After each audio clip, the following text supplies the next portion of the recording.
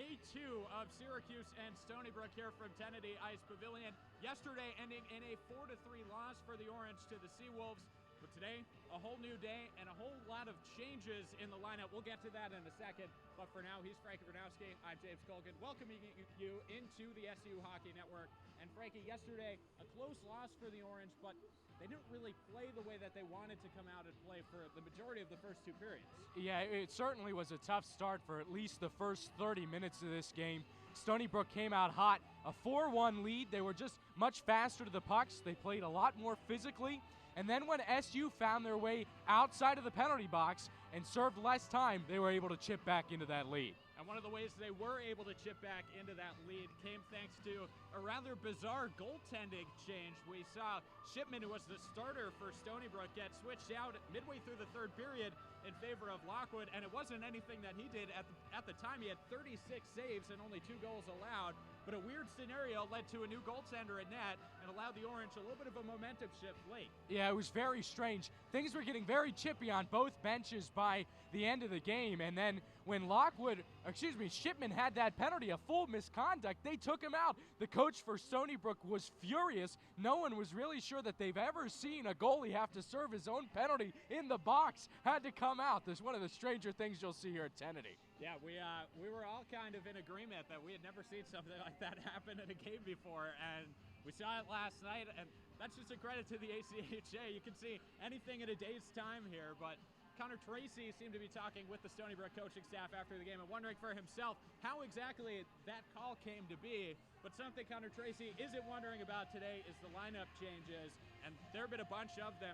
Most notably, Tyler Ains coming into the lineup, didn't play last night. Now he's on the first line with Matt Jacobs and Peter Owen Hayward, but that's only one of a series of lineup changes. Yeah, I think Connor Tracy just wants to try to inject a little bit more speed into this SU lineup because they didn't see too much of it yesterday. So Tyler Ains is a bit of a speed demon. To throw him on that first line hopefully creates some more chances.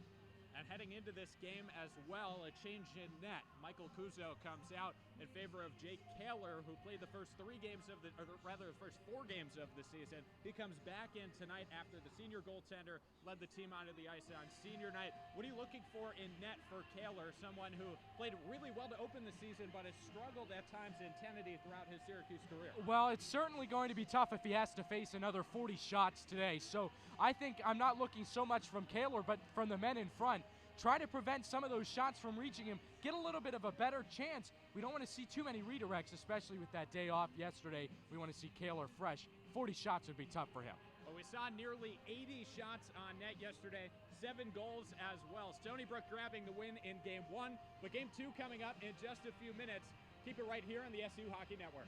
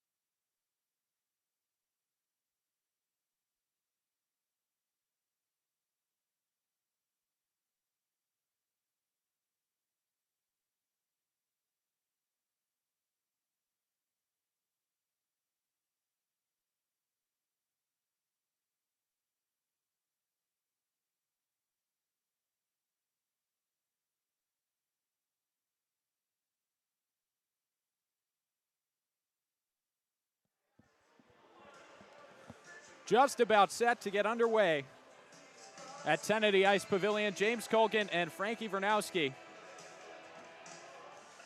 bringing you all the action in this game between the Orange and the Seawolves.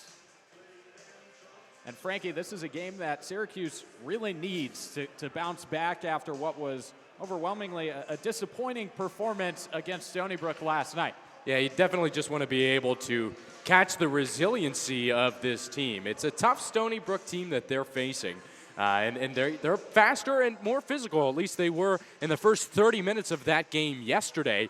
So it'd be huge for SU to come back and start off strong, maybe see a little bit more dump and chase in this game to get a little more effective speed in and around the offensive zone, where Stony Brook really had a strength was along their own blue line. So the Orange needs to do a little bit of a better job penetrating that. I think it can be done through the dump and chase. We didn't see much of it yesterday.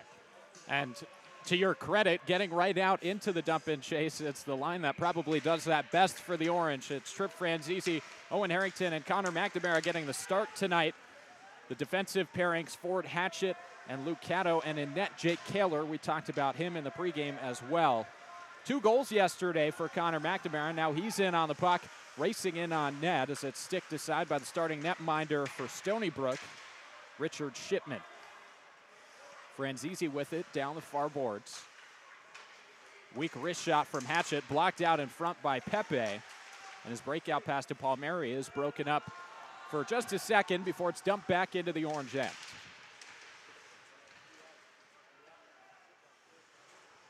Early first period here in Tennity Ice Pavilion. The Orange seeking to avoid a weekend sweep to the Seawolves. As a shot comes in on Kaler, and it's gobbled up and held for a stoppage in play. Shot coming courtesy of Kyle Hune. Yeah, SU had a little bit of trouble there along the boards. That was another theme we saw throughout the game. Yesterday was exiting the defensive zone. They couldn't make those long connective passes stretching into the neutral zone. So we'll see if they can improve upon that today as well. And now here's the first line.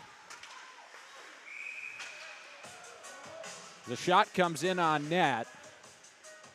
And that one gobbled up and stopped for a stoppage in play. And we saw Tyler Ains rushing straight to the net on that one and looking for a rebound. And nothing coughed up there, but like to see him crashing the net there. That was good. Face-off one down by Stony Brook. And now the breakout can begin. Nick Belger, who we saw with a pair of goals last night, but even more impressively than a pair of goals, arguably the celebration of the year after a wraparound goal in the early or late second period. And that was a game decider. It gave Stony Brook a 4-1 lead at the time. The Orange only able to claw back and pick up 2, make it 4-3. But it was too little too late. Stony Brook comes away with the win.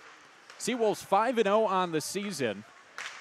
Last night giving up 1 fewer goal than they've surrendered this whole year to that point. Had only given up 4 goals in their first 4 games. And came in last night, and the Orange put up a 3 spot on the Seawolves. Syracuse looking to replicate that offense today as Joseph Pucciarelli and the 4th line come out. New addition to the 4th line is Adam Bedford. He subs in, but now a quick chance right away for Peck, and his low shot is blocked away by Kaler. Kaler out of position briefly, but able to pick it up as Peck is behind the net with it. Now working it back up top, and a shot comes in from Mike Kowicki. But that one is held for a face-off by Kaler. That shot from Kowicki, he was a man who served a total of 16 minutes in the sin bin, or 14 it was, excuse me. He had a misconduct and 2 minors. He was in the penalty box for about all of the end of the second and beginning of the third.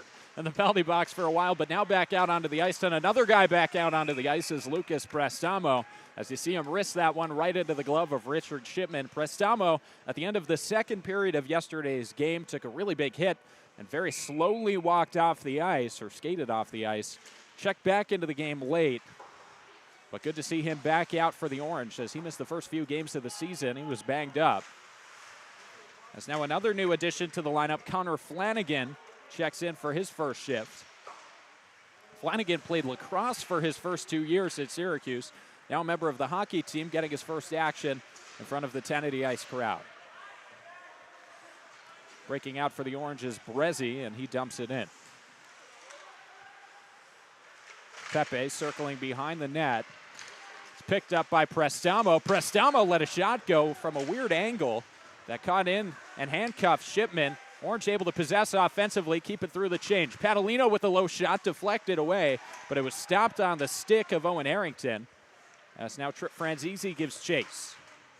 Franzese knocked off the puck quickly, but Harrington gets it back, and a shot from Harrington comes in and is saved by Shipman. Nice job by Owen Harrington, picking that puck up in the high slot and getting a shot through a few defenders. But even better save from Richard Shipman. Yeah, but we're seeing a much better start to this game than yesterday for SU. They're getting to those high percentage chances like Harrington in the slot there and getting pucks on net and crashing for when those rebounds do come. 16:42 left in the opening frame, no score.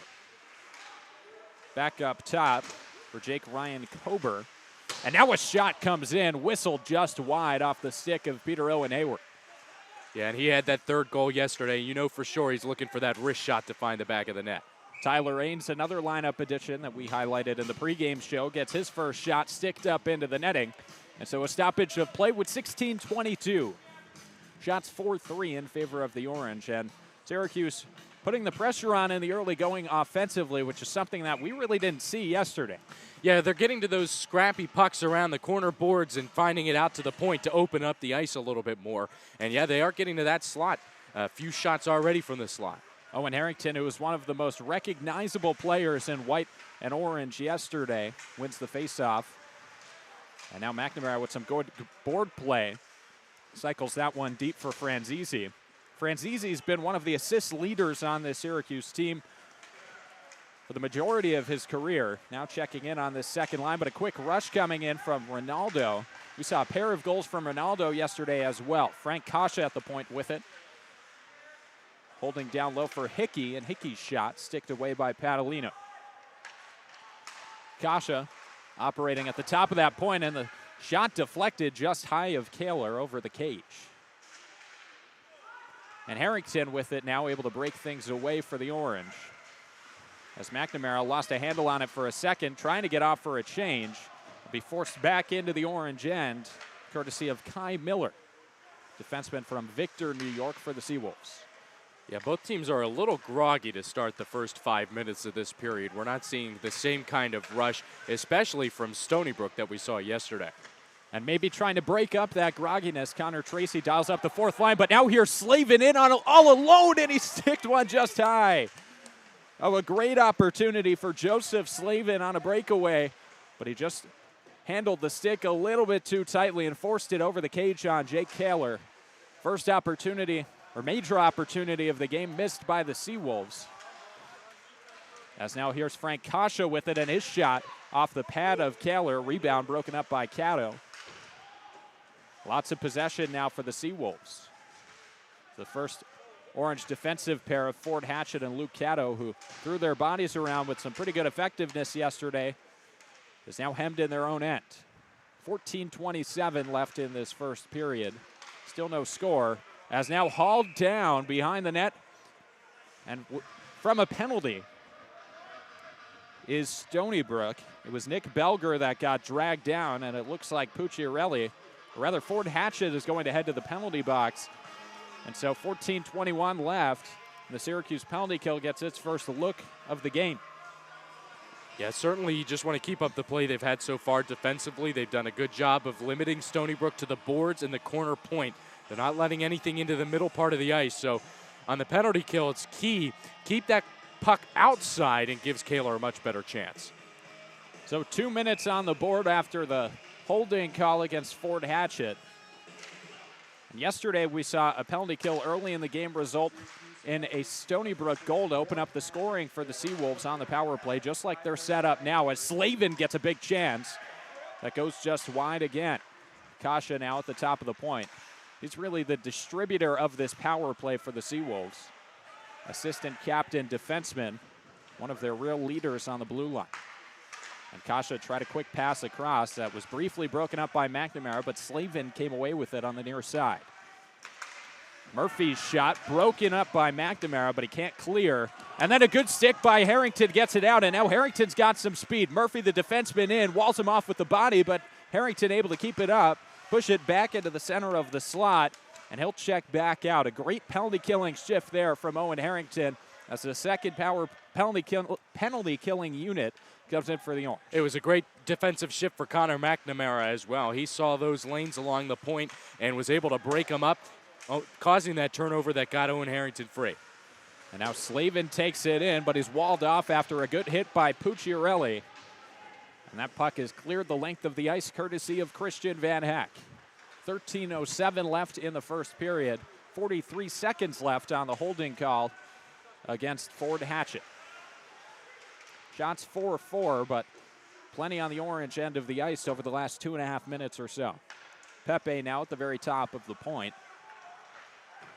Looks to the near side for Belger, who whistles it across, and a shot comes off the glove of Kaler and bounces behind the net.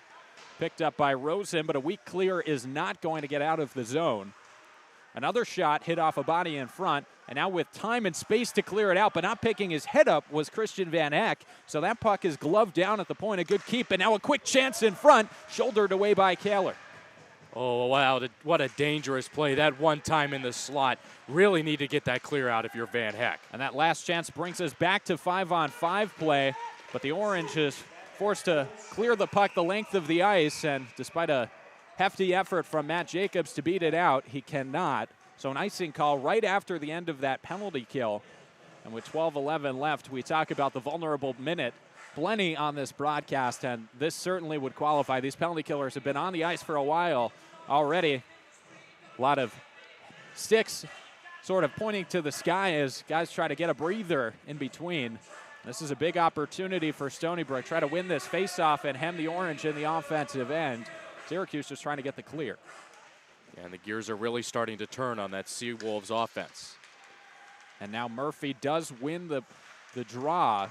A shot from Hefferman kicked aside easily by Kaler. Back behind the net. Murphy still working with it. Tries to get it back out to the point. It's gloved down by Jacobs. And Jacobs does a good job forcing it down the length of the ice. And the Orange will be able to get a change. So crisis averted from Syracuse defensively there. Now a quick chance from Franzese in front. Two Orange players in on the rebound, but neither can get a stick on it. And now here's an odd man rush in the other direction for Stony Brook. But before they're able to do that, the referees whistle the play dead. I think we're going to get a pair of penalties against Matt Jacobs and Joe O'Buck, the defenseman. We see Jacobs heading to the box already. The two were tied up behind the play, exchanging some shoves, some words, and probably will now be exchanging 2 minutes in the box. Yeah, Matt Jacobs collided with Trip Franzese there, and I think when he made it to the ice, yeah, Joe O'Buck there came over from Stony Brook and probably said something not too nice. You think it might have been something that they might have taken objection to, and actually, the referees say that this is just going to be a penalty against O'Buck, so the Orange is going to get 2 minutes on the power play. And that's surprising, seeing the two of them sort of locked up down there by the boards on the back end of the play. Well, I think when we were watching the offensive play, I think O'Buck must have come. I saw some signals from the referee. I think he took a jab at Matt Jacobs while he was down on the ice. So regardless, the Orange heads to the power play at 11:29 in the first period. No score, but the Orange looking to make it a 1-0 Syracuse lead on this power play. Hayward takes the zone, whips it across for Jacobs, and Jacobs can't keep it in. Puck just hit off the heel of his stick. And caged back out, but now here is Hayward again with a head of steam. Hayward knifes through the offensive end. A shot goes in, the rebound bounced around, and it's waved off by the netminder. Puck is still out. I don't know how that one stayed out of the net. Looked like it was finding its way into the back. The referee said no, and then Richard Shipman said no as well, but a good chance for the Orange offensively. Well, the referee has a better view than us, but I thought from here for sure that puck was past the red line. What a chance, what a shot from Hayward to first get that one on net from the deep slot with lots of men in front and then crashing it. I have no idea what forces stopped that puck from going in the net. So a minute left on the power play, and Kaler first to stop it, but the real point to make there is the save made by Richard Shipman. It looked like that puck was for sure going in. The referee immediately waved it off, so that might not have been a goal, even if the puck had crossed the red line, but in fact it did not. So we're under a minute left in the power play. second unit checks into the game for the Orange. Oh, and that puck came right out in front. Franzese got a stick on it, and Shipman had to dive on top of that one quickly to keep Franzese from having a chance right out on the net front. The speed is really strong from SU so far, and on a play like that from Franzese, they're starting to beat Stony Brook to some of these pucks. Face-off won by the Orange. Cato with the shot, tipped down in front by Pucciarelli just wide. And that was a good chance for Syracuse. Pucciarelli pushed it just a hair outside of the cage. Harrington tries to take it inside, can't, but it's kept well at the point. And then another tip chance in front by Pucciarelli. That one did get on net, but Shipman made the save. And now here's a 2-on-1. Chuckman walking in. His shot goes off the pads. And the play is whistled dead. Referee seemed to think that one caught the glove of Jake Keller. So the play will be stopped with 20 seconds left on the power play for the Orange. 9:55 left, no score. When you've got a puck bouncing in your own offensive zone along the blue line, you cannot take a chance like SU just did and dive to try to stop a man, because that's how you have odd man rushes like that, leaving Luke Cato all by himself on a 2-on-1. Now in on the faceoff for Syracuse, and winning it is Matt Jacobs. Jacobs plays it back for Kober. We're into the final 10 of the power play as Berezi fires a long pass down the ice in the direction of Tyler Ains. Berezi forces a pass through the middle, and then a quick feed up ahead looking for Ains from Jacobs. Just got broken up. And back to full strength for the Seawolves. Riccardi takes it into the offensive end. Belger with him, cycles it back around for Riccardi. Now up top, looking for Pepe, and a huge blast from Pepe hits off the end boards and goes wide. Syracuse clears it the length of the ice. No signal from the referee, and now finally the hand waves for an icing.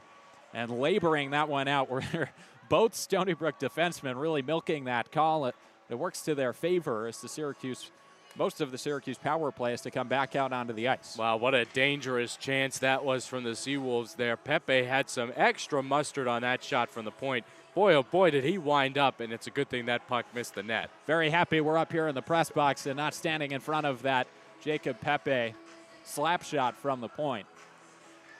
As he smoked that one in, just missed a hair wide. Shots 9-9 in this first frame, 9:11 left, and still no score. But chances galore for both teams. Both goaltenders, Kaler and Shipman, have been very good in the early going. Preston on the ice now, breaks it up, and here's Preston with the head of steam. Preston fights off a man, he's in alone. Preston's shot is sticked away by Shipman. What a stop there from the goaltender. Connor Preston with great work to force that partial breakaway. Got a good shot on net, but Richard Shipman was just a step better. And as the net comes off, we'll get a stoppage in play after that one, courtesy of Connor Preston. What an excellent hustle play from Connor Preston. That puck was two men even at the block S at center ice, and he tipped it forward for himself and an extra burst of speed to break free on that one. Face-off won by the Orange. Flip down low. Flanagan and Prestamo working on it, and Van Heck comes away with it. Comes back up top to the point for Rosen. Rosen's low shot tipped on net, and now with stoppage of play, we're going to get a penalty called. Looks like Hune is going to be sent off. A tripping call as Prestamo was sent to the ice. Still no official signal from the referee. And indeed, it'll actually be Chuckrin that gets sent in. So a change of events. I didn't see a penalty on that side of the ice. It looked like Prestamo was sent down in front. I thought maybe they could have gotten Hune for a tripping call there. But instead, it'll be Chuckman heading to the box and a 2-minute power play for the Orange at 8:35 of the first period. Yeah, even on the penalty kill, Stony Brook is still easily clearing this puck. I mean, it's almost as if there's still even strength as you can't find those open lanes, even with the man up. And now here's Ford Hatchett with a little bit of a lane, and he takes that one in, but his shot is broken up in front. Matt Jacobs dishes off to Hatchett, who comes back to the near side for Hayward, and Hayward lets a wrist shot go, and then makes a great keep at the blue line. But the linesman rules it was offsides. A diving play from Peter Owen Hayward, not meant to be. Would have been a spectacular keep. Instead, it goes for an offside, and the second power play unit comes on. Yeah, that was a little bit of a careless shot, I think, from Hayward. He had an open lane, not great shooting position here from the near side corner on the blue line.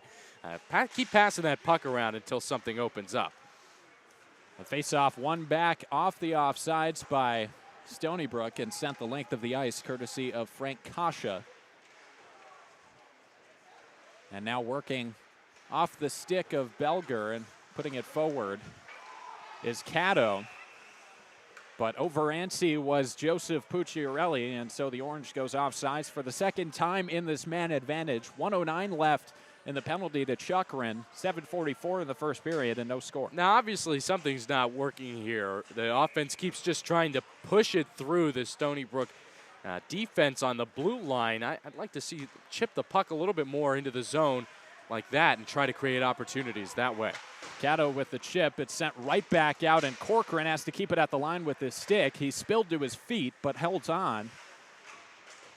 As now working along the boards with it is Owen Harrington. Up top for Corcoran. Corcoran fakes the shot, gives it away for Harrington.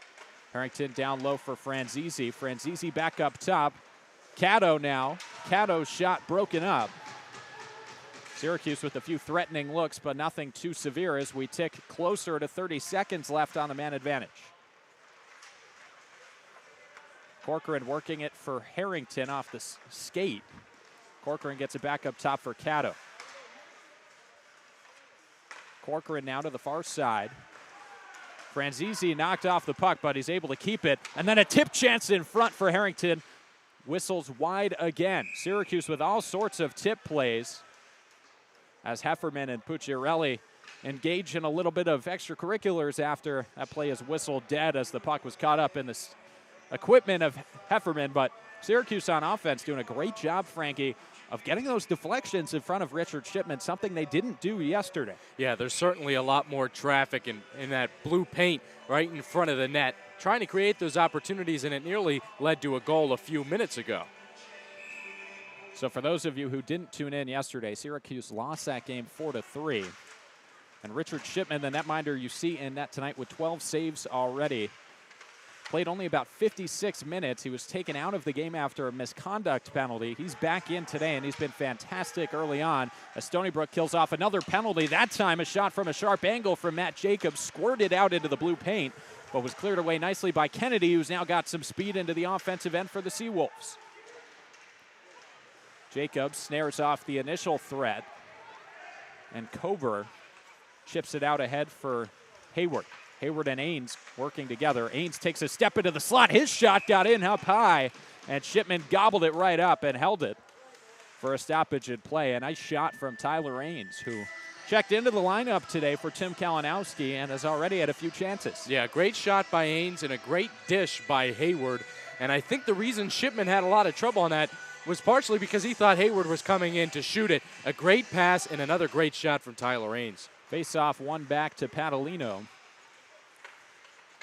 Harrington works it down low for McNamara, and McNamara's pass in front is broken up by Peck, and Peck forces it in deep. 5:52 left in the first period. 0-0 is the score. Shots 14-10 in favor of the Orange. We've already seen a few power play opportunities for Syracuse, but Connor Tracy's squad not able to take advantage.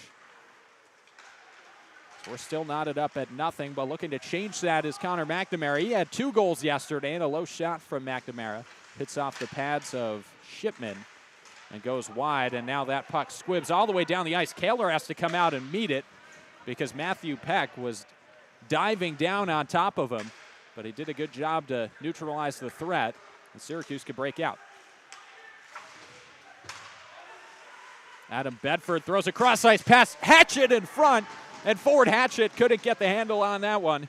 A great opportunity for Ford Hatchett off of a heck of a feed from Adam Bedford, and Hatchett just missed that one up high. Yeah, that was a tremendous pass from across the ice from Adam Bedford. And we've seen so much more of that. We've already touched on it a couple of times. Just SU getting 2 or 3 men to the net, crashing the net, and creating those opportunities. Eyes in the back of his head for Adam Bedford.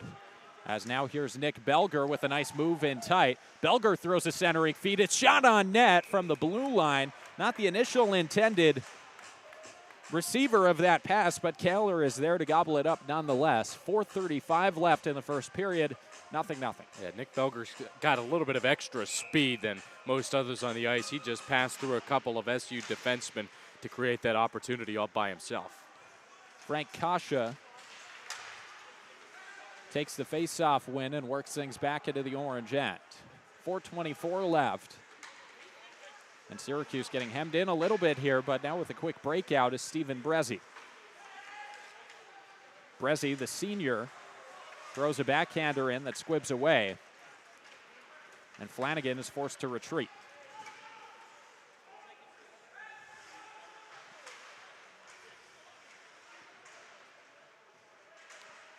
Riccardi on the far boards now, working with Slavin. And Brezzi breaks it up, and then a quick turnover nearly for Nick Belger, and that would have been a dangerous player to turn the puck over to. Is stymied, but a near dangerous play from the Orange in their own end. Yeah, the Seawolves have a good forecheck, so you cannot be careless in your own defensive zone like that and cause nearly extremely dangerous turnovers. Now here come the cues, but it's broken out quickly. Padalino forced to retreat. Rosen flips an arcing pass, and right off the boards, there's Hayward with a slap shot. And you could see that one in development. I don't think David Rosen was trying to do that when he flipped that puck in deep, but there was Peter Owen Hayward with that puck bouncing right off the end boards and slapping that one in on Shipman. Peter Owen Hayward, he just brings a whole different kind of energy when he's on the ice to create opportunities out of nothing like that. And now here's a stretch pass of their own, looking for Devin Palmieri that misses everyone, but the referees say David Rosen got a glove on it before it went all the way through. So the clock ticks under 3 minutes, no icing. And now here's Syracuse with a partial 2-on-1. Harrington walls off Palmieri. But it's quickly broken up, and a nice behind-the-back feed from Palmieri gets the rush started for the Seawolves.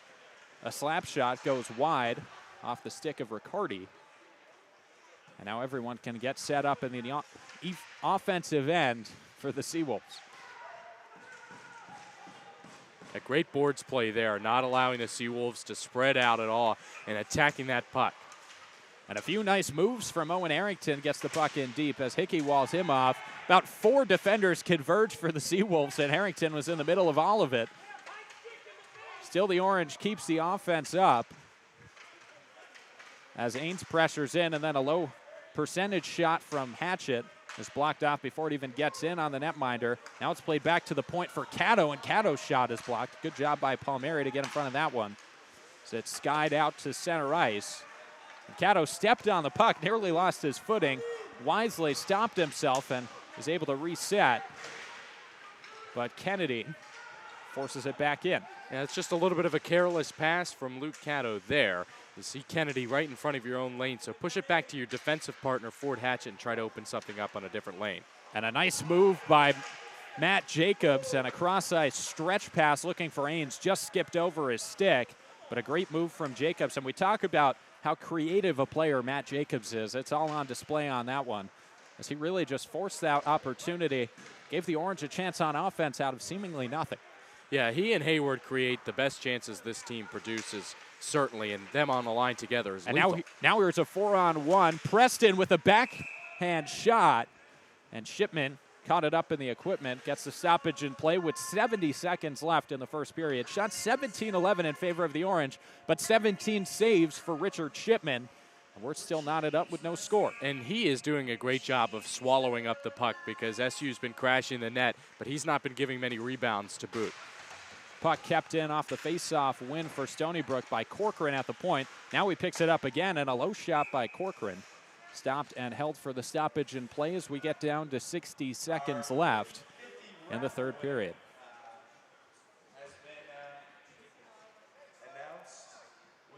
Yeah, so with about a minute left here, look for SU to keep pushing Shipman there.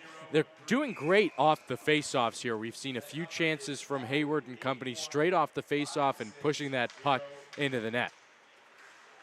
Faceoff one ahead, and a quick chance from McNamara, skipped high and wide. We saw 2 goals from Connor McNamara from nearly that exact same spot right in front of the net. as the puck flies out of play with 51.8 left in the first period. That's a good thing that puck didn't come up here. Nearly came to us, and I don't have my baseball mitt. Well, we've had a few catches here on the SU Hockey Network in this press box at Tennity Ice Pavilion. It's conveniently located to pick up a few catches back in the day. Our director of broadcasting, Dana Gray, had probably the most notable of all of them. He's not much of an athlete when it comes to those sorts of things, but did a tremendous job that time to keep it in. But now here is an athlete getting a shot on net. Kaler had to clean that one up, and now a little bit of jarring after the play between both teams. Yeah, the energy has really been gradually picking up here in the first period, and I really sense that in the second period it'll explode. These teams are not great fans of each other. There's a lot of pushing and shoving that goes on after the play is over, especially around the crease. I think the second period you will certainly see more penalties and more physicality from both sides.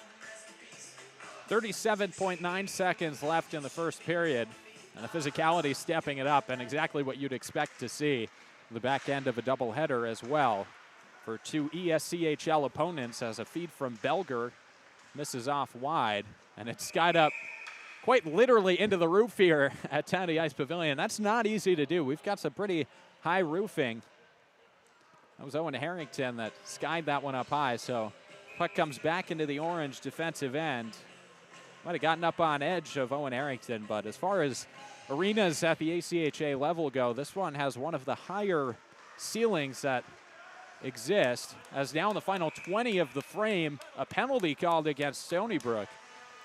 And, there were a few plays that probably could have gotten Stony Brook called for a penalty in the past few minutes, but that was one of the weaker ones. Heading to the bench for the Seawolves is Kyle Hune.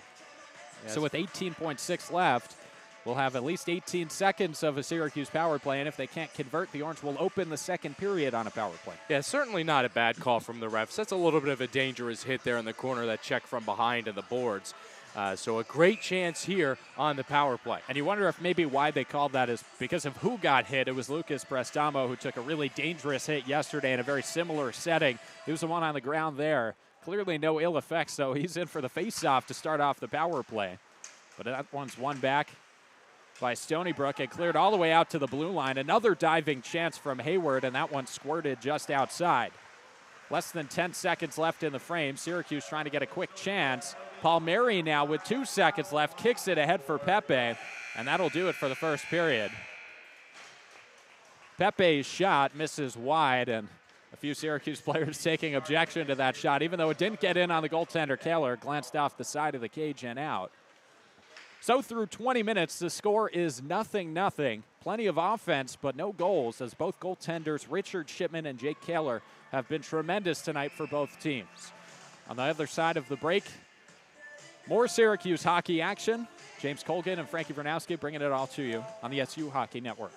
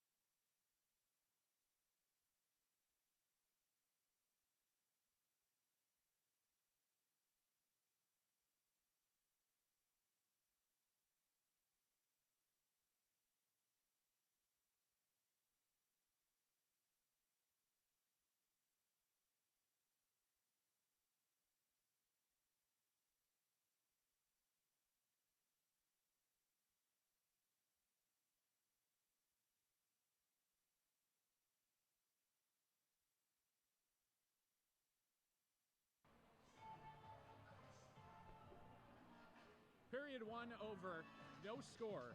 18-12, the shots in favor of the Orange, but it was a pretty strong period from both teams. We saw opportunities all over the ice. And Frankie, what are you looking for from Syracuse to open up this second period? Of course, they open up on the power play. Yeah, continue building on what you started on in that first period. There was a lot of crashing of the net, looking for rebounds, and Shipman was great in locking those up, but they're going to come. So keep crashing the net, especially on the power play here to start the second period. Those chances will come. So few players having some really strong first periods, but given the scoreline, I think it's fair to talk about the goaltenders, Richard Shipman and Jake Kaler, both tremendous through the opening frame. Yeah, as I said, Shipman's been swallowing up any kinds of chances, and Kaler has had his eye on the puck. He's not losing any kind of focus at all, and he's had some tough chances to stop, and he's catching the movement of the puck from dot to dot, and he's been solid. Looking back on the defensive line, and we saw a few different players have sort of different types of games in the first game of the year. Someone who really stood out was Ford Hatchett, who was laying the body a lot. A less physical game from him, but he still made a lot happen today. He's still everywhere on the ice. You know, he lays the body on the boards. He can still put on good shots, make great passes. He's great. He's a full 200-foot player. Second period action just about set to get underway from Tennity Ice Pavilion. Keep it right here.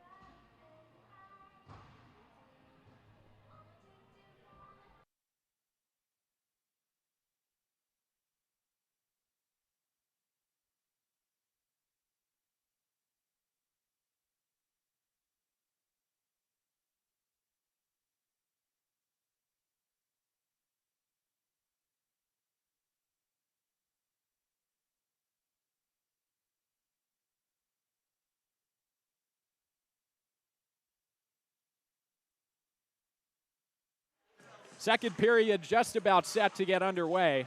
Syracuse with 1 minute and 41 seconds coming on the man advantage off of that late period penalty to Kyle Hune.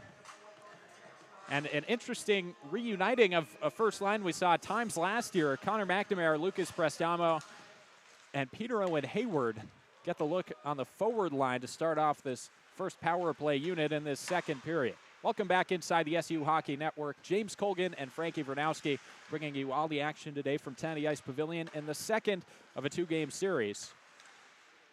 Stony Brook winning last night 4-3. No score in this one. A shot from the point got tipped on net.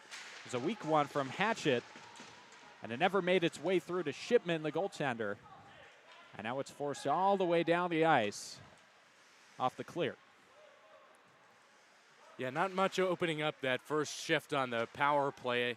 Hatchett was trying to get something through there. Not many passing lanes. Good job by the Stony Brook defense. And a really nice job there on the penalty kill to break out what was a rush by Peter Owen Hayward. And now Hayward is walled off. Syracuse can't get set up in the offensive end. Hatchett forced to just rim it around.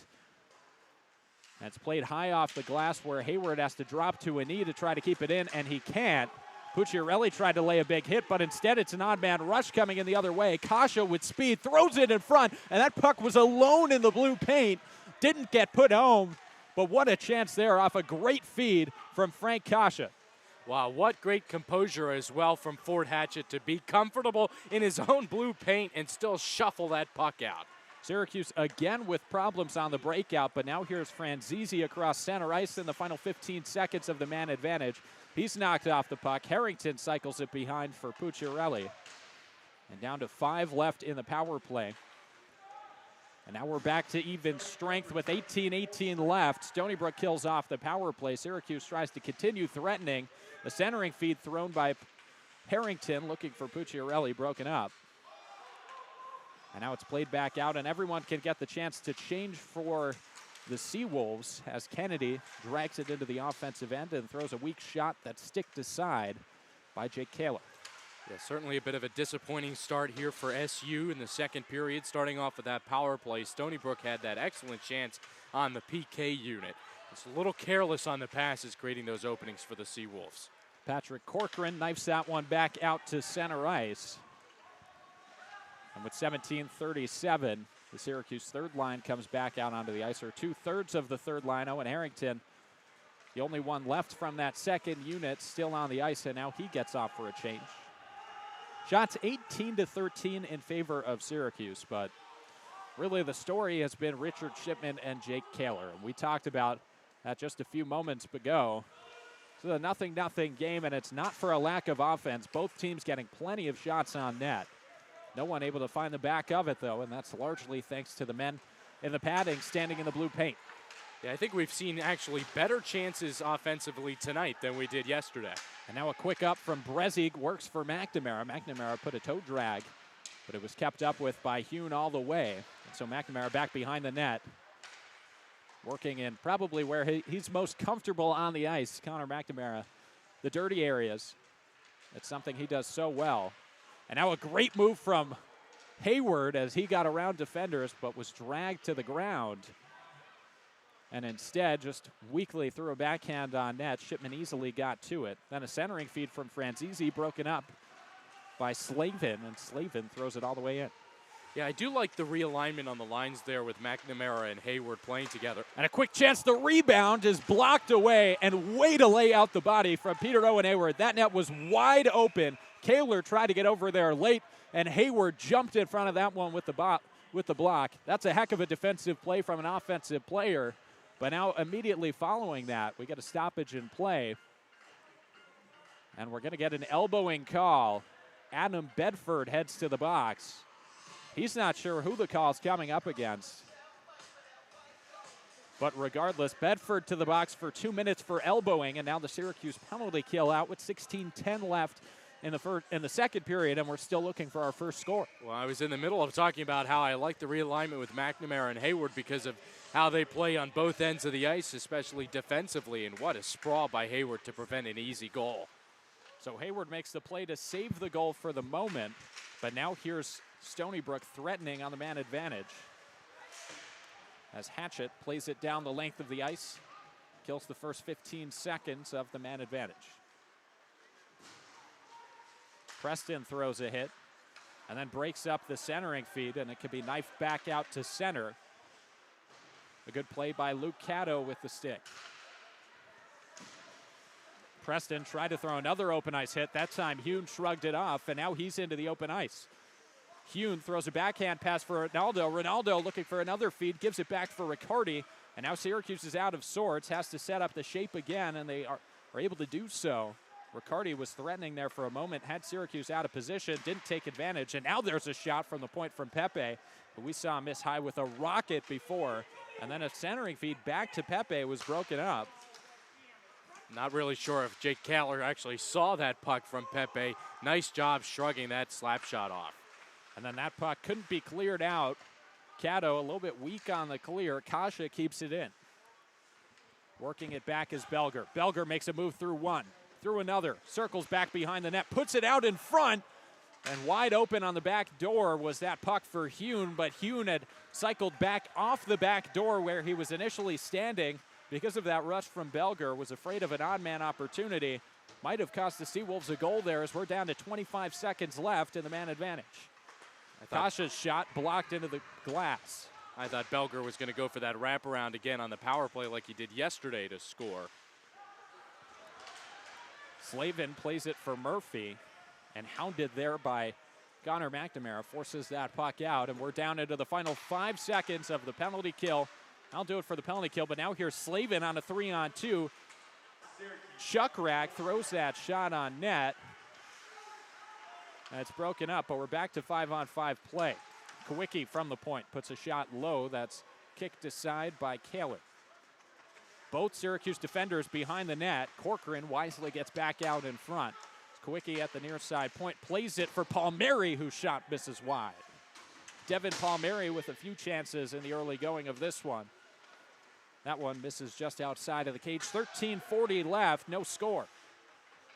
Yeah, I think we're seeing a little bit of issues with ice quality, not so much on Corcoran falling there, but we've seen about 2 or 3 men dip on different locations in the ice, and I think just might be divots.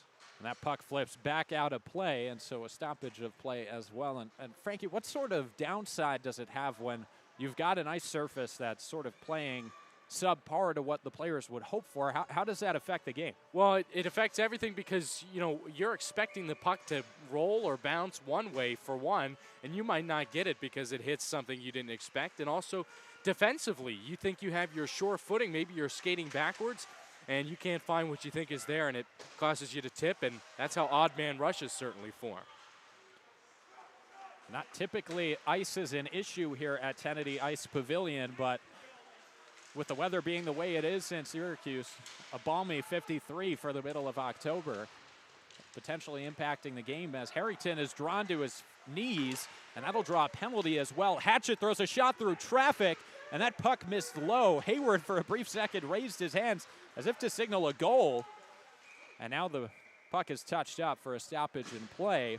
And Syracuse will head back to the power play with 12:50 left and a 0-0 score. Yeah, you still have Shipman shrugging off those rebounds. There are about 3 Orange players right in front of the net on that Ford Hatchet shot, and still nothing to be able to come of it, but a huge power play now.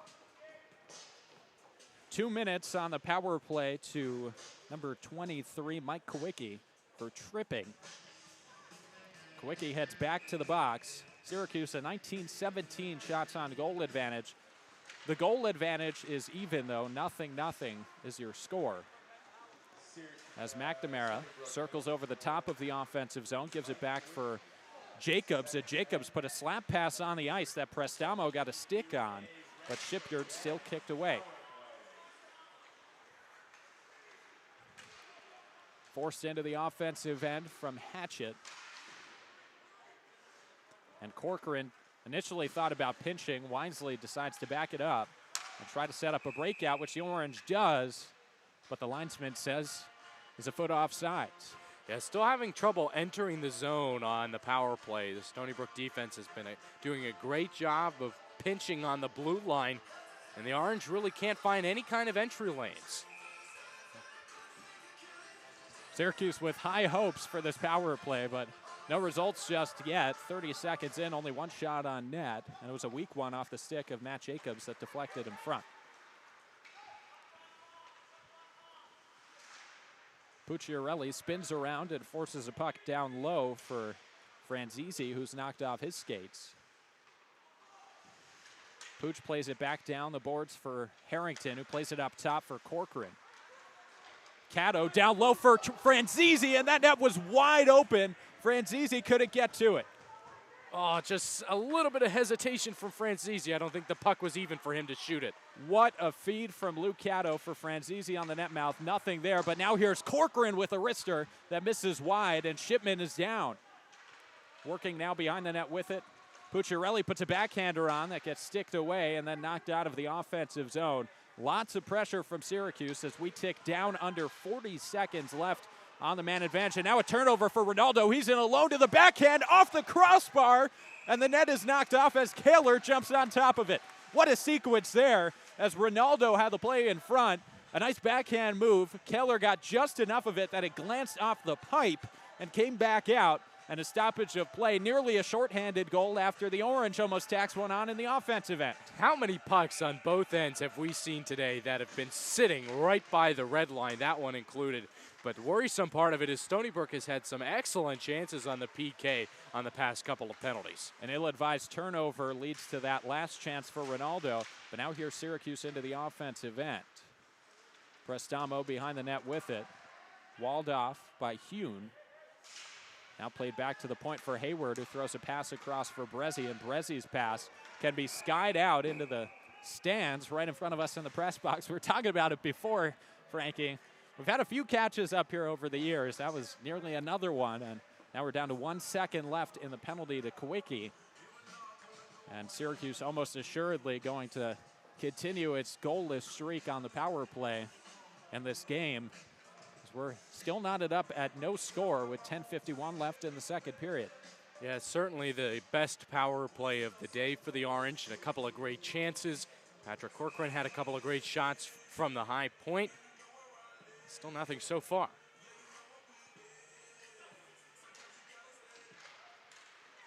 Face off, one back by Chukrin.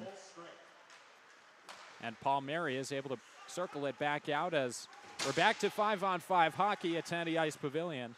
Kowicki comes out of the box after the tripping call, and another wasted offensive opportunity in a scoreless game. Played off the end boards and circled down. Rosen tried to get it deep. Didn't do so successfully. Padalino has to get back on his horse, and now a quick 2-on-1. Padalino, Hughes tried to work it across, and Padalino's stick jumped in front of that one. Another shot comes in, that time from Kasha, but easily shouldered away by Kaler. And Kaler's been very sharp in this game. On the few chances we've seen him have to face, he's been tremendous against them. And on all the others, he just seems to calmly and assuredly kick it aside, knock it away. Very, very comfortable in the blue crease has been Jake Kaler today. But now here's his counterpart, Shipman, facing a chance from Franzese, and he knocks it away. Then a chance from behind the net from Hatchett. Had to be kicked aside with the skate. Not even sure Shipman knew he got that one, but that'll count as a save. As Kober forces it in. Preston works it across for Bedford, and Bedford's chance. What a save by Shipman to get in front of that. My goodness, a glove save and a half from Richard Shipman to keep this one knotted up at 0-0. Wow, that was a heck of a chance off a great feed from Connor Preston for Adam Bedford, and Bedford with his head to the sky trying to figure out how that one didn't find twine. Yeah, first off, the awareness of Preston, eyes in the back of his head to find Bedford there in the slot, but that was a picture-perfect save from Shipman on that one. A tremendous glove save, kicked it out there. For sure thought that one would find the back of the net. And then that puck is iced into the orange end. Well, as the game's worn on, we've seen more and more offensive opportunities on either side of the ice, but the best one by far coming there for Adam Bedford. And a spectacular, sprawling save from Richard Shipman. My goodness, that was a heck of a save from the junior netminder. Yeah, those high percentage chances are increasing, though, on both ends as we move through the middle part of this period. Now rushing in is the Syracuse first line. Hayward on the near wall with it. Plays it back to the point for Corcoran. Corcoran's shot hits off a skate and circles back out to center. Corcoran forces it back down, but he was feeling some pressure, and so that one's picked up by the Seawolves, then forced back into the orange end. Murphy working on it behind the net. Corcoran with a good stick to knock that one up, and then Ains's pass centers through everyone but not out. And now here's Nick Belger, and boy, he's dangerous with the puck on his stick. 15 points on the season already for Nick Belger, and just 5 games in for the Seawolves. Yeah, he just finds a way to weave through 2 or 3 men, seems just about every time he's got the puck in the offensive zone. So while Peter Owen Hayward really does it with his skating ability, it's with the stick for Belger. And now here's another player with the puck on his stick. It's Owen Arrington. But that shot gets up on the glove and is stopped easily by Shipman with 8:01 left in the second period. And still no score in this game. And we saw 7 goals yesterday, almost 80 shots on net. We're well on our way to that as well in this one as Syracuse leads the shots on goal advantage to 25-19. But nowhere near the same case in terms of goals scored. Yeah, both goalies have just had excellent attention. And they have not been fooled by any chance, no matter where it's come from on the ice and how it's been set up. Neither side has blinked in net. Breakout pass comes forward. Ronaldo with the puck on his stick tries a shot that was blocked away by Hatchett. Then Harrington up ahead for McNamara. And McNamara just softly plays it down low, trying to lay the body on, but Pepe gets a centering feed that skips over the stick, but will not go for an icing after it hit a Syracuse stick on the way down the ice. So now Belger in the offensive end with it. First line working for the Seawolves. As there's Ronaldo again. But Preston is able to play it through. Connor Preston with the head of steam, working ahead with Harrington and Bedford. And he's off sides, and now caught in the middle of a change is Syracuse, a 3-on-1 developing. Here's Nick Belger. Belger to the backhand, puts a low shot in, but another good save from Jake Kaler keeps that one out. 6:49 left. Yeah, good save, but I'm a little surprised that's the option Nick Belger went with, especially on a 3-on-1 when he caught Syracuse off guard in the line change. Well, maybe he had another big celebration planned there As now Syracuse with an offensive chance. That's blockered right into the netting on a nice save by Richard Shipman. And we talk about how goalies can hit certain levels of ability and certain levels of focus that sort of come and go in strange stretches. That's exactly what seems to be happening for Richard Shipman here. He has been locked in all day. 36 saves yesterday, and only 2 goals allowed in about 55 minutes of work. And now today, through just about 35 minutes of work, has 26 saves and no goals against to boot. Yeah, both guys have been shrugging off every chance as if it's been no problem at all. And there have been some excellent chances on both sides. Puck worked back to the far point for Kober. Kober plays it down low. The puck skittered out in front for a second, but quickly forced to safety by the Seawolves. And now here's a rush from Slavin, but it came off sides. So now Hayward has a chance to move in transition. He works it ahead for Prestamo. And Prestamo's play is broken up. Frank Kasha. We haven't spoken a lot about him this weekend, but that really goes to credit how good he's been, because he has really shut down Syracuse every time he's been on the ice. The assistant captain for this team, and really just a defenseman with all sorts of ability. As now that pass goes down ice and all the way ahead for Tyler Ains. Ains is in alone. His shot misses. The rebound comes in from Hayward, and it's blocked away. Ains elected to go low on the far side on Shipman. And the big leg for the goaltender was there all the way. 5:35 left. Another big chance, but still no goal. Richard Shipman stands tall yet again. I think the guy on Syracuse who probably hates Richard Shipman the most is Tyler Ains, because he's had about 3 very high-quality chances and great shots, getting the puck on the net. That one time a breakaway, and Shipman standing up tall every single time. Face-off won back by Stony Brook. The puck goes all the way down the length of the ice. Trying to milk it for an icing was Luke Cato, but the referees will not have any of it. And then a quick forward feed for Flanagan missed out. Skied high off the glass. Pucciarelli gives chase. Flanagan and Pucciarelli combine, but now here's Pickett in one-on-one with Kober, and he shoots and scores!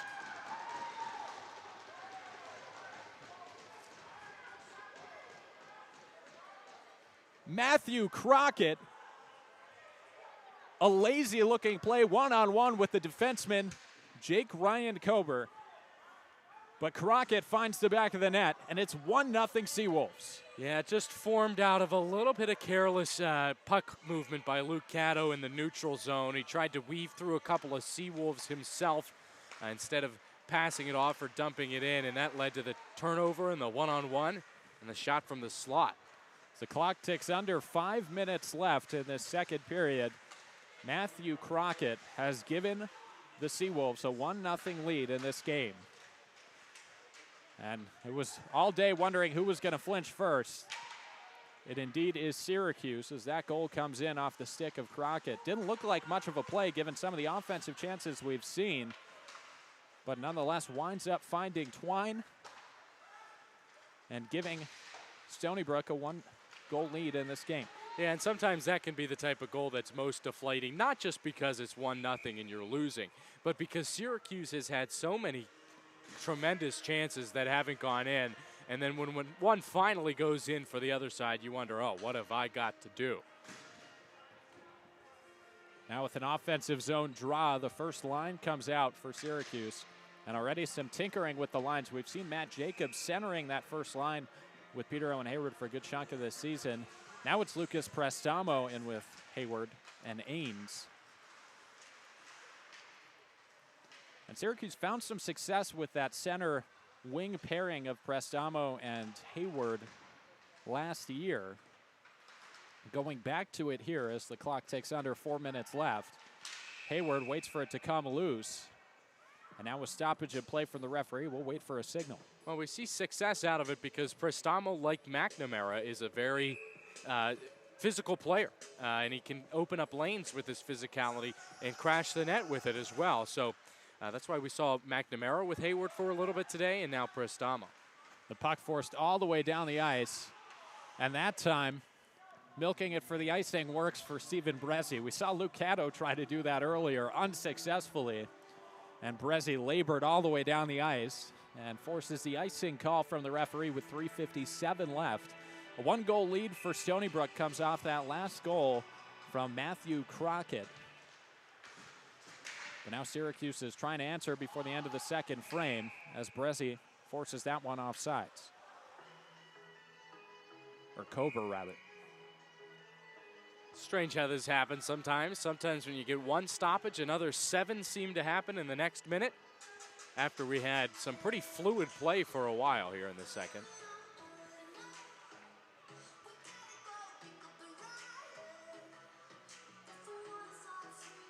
And good reason to be questioning this puck placement if Connor Tracy there for Syracuse. Not really sure why it's on this end of the neutral zone.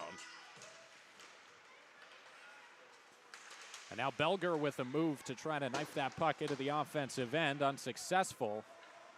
Kaler gave it chase, and Kober forced it ahead, but couldn't get it as far as the blue line before it was knocked into the Stony Brook bench for a stoppage of play with 3:37 left.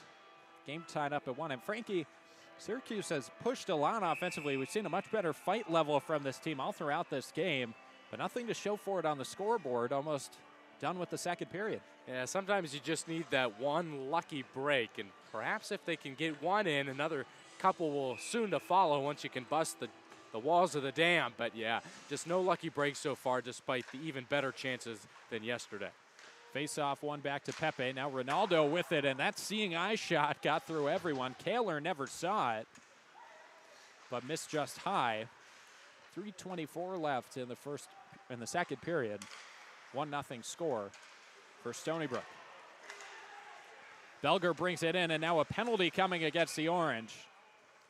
I think it was a tripping call against one of the forwards up ahead on the forecheck. I believe it's going to be Connor McNamara. He's already skating off to the bench.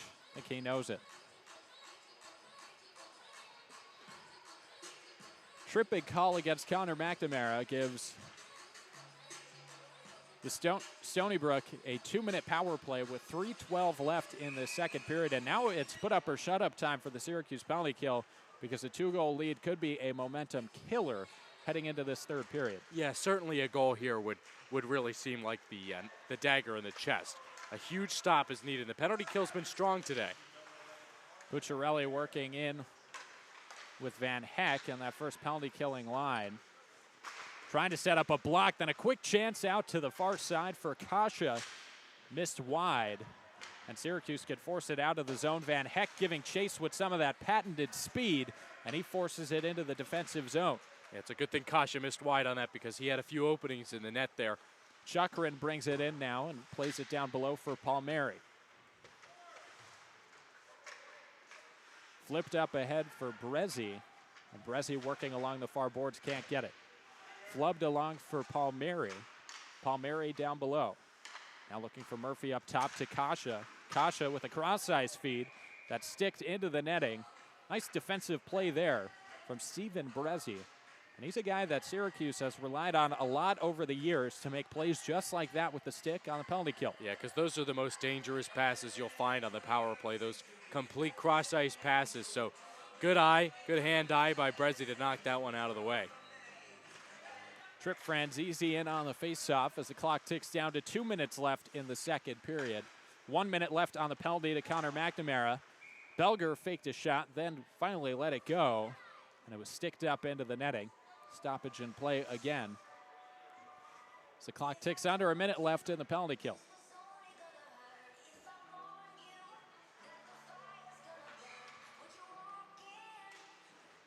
Face-off, one back again by Stony Brook. Pepe at the blue line with it. Gives it off for Belger. Belger saw a brief shooting lane, but it was blocked down in front, and then Fort Hatchett makes no mistake. Forces that puck off the glass and well down the ice. Syracuse could get a full change on the kill. Yeah, that shift had been out there for a while, that line. Stony Brook controlling the puck for most of this power play so far. And then Padalino with a good play to work it all the way down the ice for Hayward. And Hayward stood up by 2 defenders. Now can turn things back in the other direction, but a good job by the forward getting that puck deep and killing some precious seconds off of the penalty kill. as a shot from about half ice from Nick Belger gets sticked up into the netting again by Kaler. You wonder why Belger's taken that shot at the angle that he did, because it's very easy for a goaltender there to just stick the stick out and watch that puck go up into the netting above him and get a faceoff. Yeah, he's a very talented guy, but he certainly does like to shoot the puck. We've seen some shots that I'm not really sure why he's taken instead of opting to pass. And of course, Stony Brook would love him to shoot because he's put so many goals in the back of the net already this season. But now a mistake made on the back end by Pepe. Or rather, it'll be Riccardi getting called for that penalty. It's a tripping call against Stony Brook. And it was a quick rush. Connor Preston came in with some speed, was dragged down to the ice by Riccardi, and now with 1:14 left and only 2 seconds left on the penalty kill for Syracuse, we're down to 4-on-4 play, and then the Orange is going to get a man advantage. Yeah, this is the chance to really attack. Don't wait for this power play to lay over until the third period. Attack now and try to tie up this game in the last 70 seconds or so. Face-off won back by the Orange, and now it's a 5-on-4. But Hatchet can't keep it in the zone. 1:08 left in the second period. We saw the first period end similarly with Syracuse on a power play, unable to convert that time. But a big goal here could completely change the course of this game, as now here's Hayward, and he finds the back of the net just like that. Peter Owen Hayward, another goal. Tremendous. That was a great dish to Hayward, first off, to find him there in the slot. And when you give this talented guy wearing number 17 all that space in the slot by himself, he will find the back of the net. It doesn't get much sharper than that wrist shot you saw from Peter Owen Hayward to find the top corner.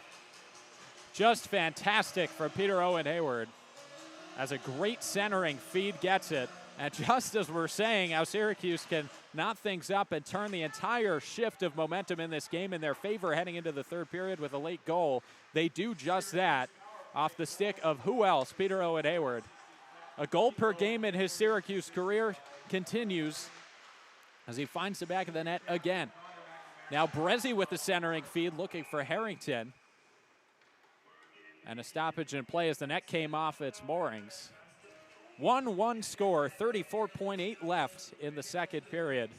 And a big bounce back goal for the Orange after Matthew Crockett put the Seawolves on the board about midway through the frame. Peter Owen Hayward gets one back with about a minute left to make this one knotted up at 1 again. Yeah, what a huge goal there by the power play unit to show that the power play had it, because their last chance was great. They had some great opportunities. And there's a chance for Connor Preston, and the rebound came out. Hayward gets sent to the ice. As the clock ticks down to 15 seconds and a wall battle ensues, but there's a chance in front for Preston, and we get another stoppage in play. The referee is pushing everyone out as Preston and Hayward are both down on the ice. Both coaching staffs screaming as the referees try to figure out the call. Yeah, this is what happened yesterday. Stony Brook started getting a little nastier and committing more penalties. We will have an ejection from this game. Chukrin being sent immediately off the ice. Not even an option to go to the penalty box. No the referee's chance. going to say, you can sit the rest of the period in the locker room and figure things out. I don't think he'll be returning from this game, in fact, because I'm not sure if it was initially the check from behind on the boards that did it, but when Hayward was down, Chukrin jumped on top of him and started punching him in the side of the head. And a strange play as Connor Preston is wiping his face. Peter Owen Hayward wiping his as well, and Connor Tracy and Andrew Walensky try to rally the troops as well, Peter Owen Hayward is going to be spending some time in the box. I thought he was the victim of all of that. Clearly some extracurriculars going on, and it all started with that wall battle in front. Seems like the teams had spread out, and then you look back over, and the two of them are sprawled out on the ice. Well, the Syracuse bench was very upset because it looked like Hayward took a check from behind. And now a 5-minute major showing up on the board. That's Chukrin who got ejected from the game. Game misconduct. And a lethal error for the 6'2 freshman as a 5-minute major penalty is going to be served. We'll wait to see the rest of this get shaken out. Nothing else is on the board, so my suspicion was that Hayward got a 10-minute misconduct. Which in and of itself is a pretty big blow for Syracuse, Yes. as he's really a big reason of where all of this offense seems to run through on the team. But nonetheless, could be a 5-minute power play coming up for the Orange. And a massive offensive opportunity that could potentially shift the entire fortune of this game. 29-21, the shots in favor of Syracuse, and now the guy that is undoubtedly leading the Orange in shots this year takes a seat in the penalty box.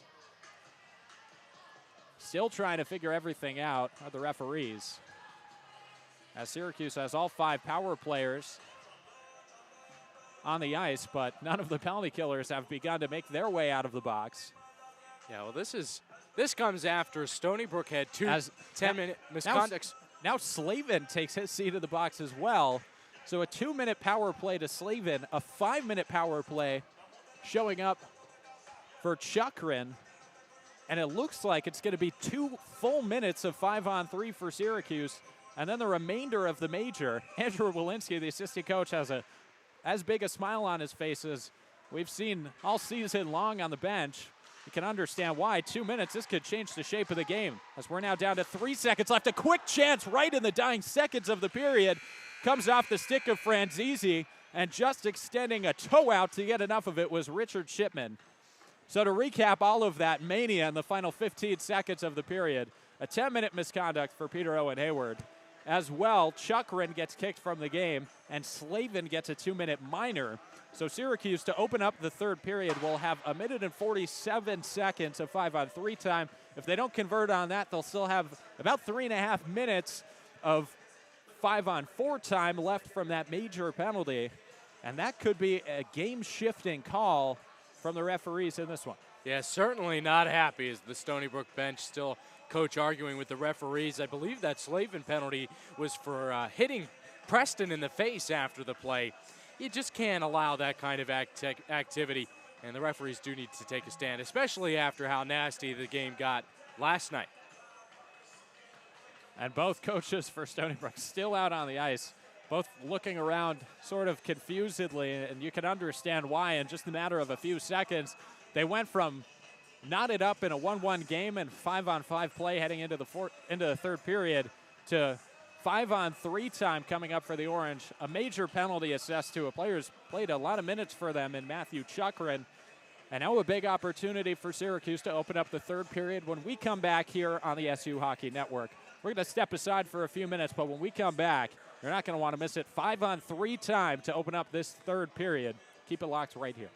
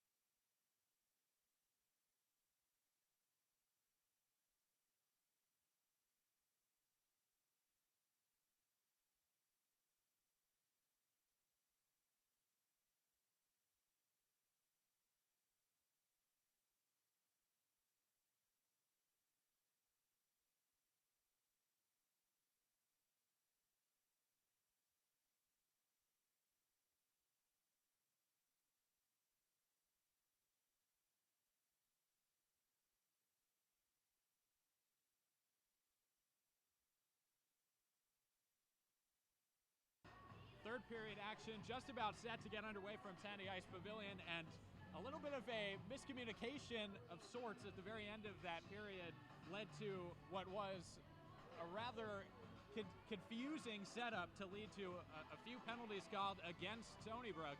But nonetheless, Syracuse can have a huge offensive opportunity to open up this third period. 2 minutes, or nearly 2 full minutes of 5-on-3 time. James Colgan and Frankie Vernowski getting you ready to go for this third period. And Frankie, this is probably the biggest opportunity of the weekend for Syracuse coming up in the first 2 minutes and first 5 minutes of this third period. Yeah, absolutely. And even after that 5-on-3 ends, they'll still have 3 minutes of power play. We're not sure how long Peter Owen Hayward has got to sit in the box, though, so they're going to have to do it without their leading scorer. But pass the puck around and create some chances there, and on a 5-on-3, there's plenty of open ice, and they'll come. So one guy who tacked on a power play goal last night was Connor McNamara, getting a look in a dirty area situation, which we've seen him do a lot. You think Syracuse goes back to that on this opening power play? No doubt, you've got to. Just get the puck up to the blue line like you've been to guys like Caddo and Hatchett. And other guys like Harrington and McNamara, they'll be there in the blue paint, and they'll be able to push it in. A huge opportunity to open up this third period, which is just about set to get underway. Keep it right here.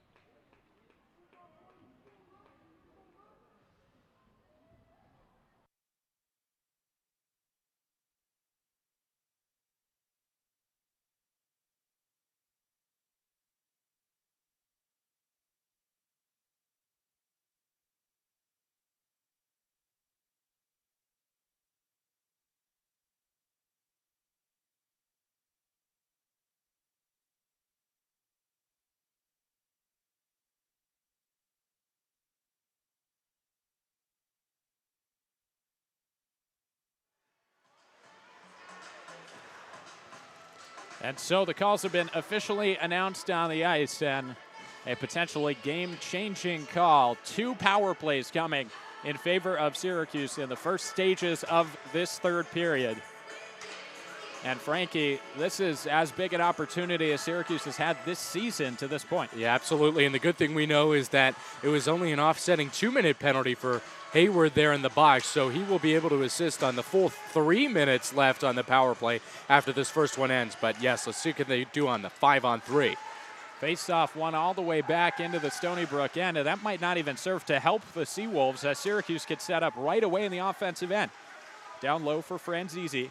Looks across, and a one-time chance for McNamara, just squibbed off the stick. As now Franzese picks it back up again and goes to the far point for Ford Hatchett. Hatchett distributes out for Corcoran, who gives it back. Corcoran, quick cross-ice feed for Harrington, and Harrington lost a handle on it again.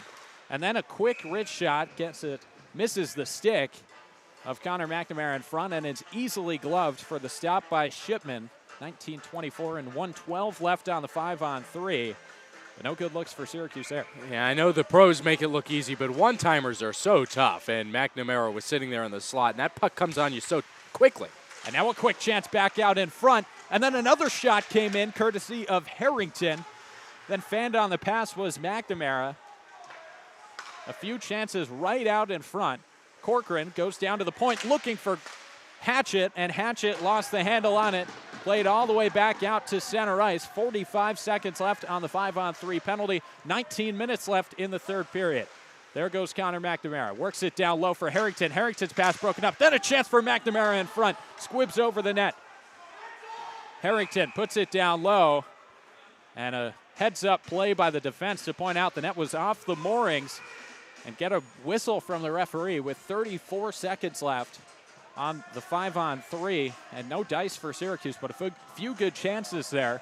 One off the stick of Connor McNamara. Yeah, better chance there after the second whistle, or the second entry into the zone, excuse me, because they just put the puck on net and crashed. Better to do that than to sit around and wait. Prestamo wins the face-off back. Padalino at the near side blue line gives it off for Brezzi. Brezzi cycles down for Ains, the 2-play catch. Back up top for Padalino.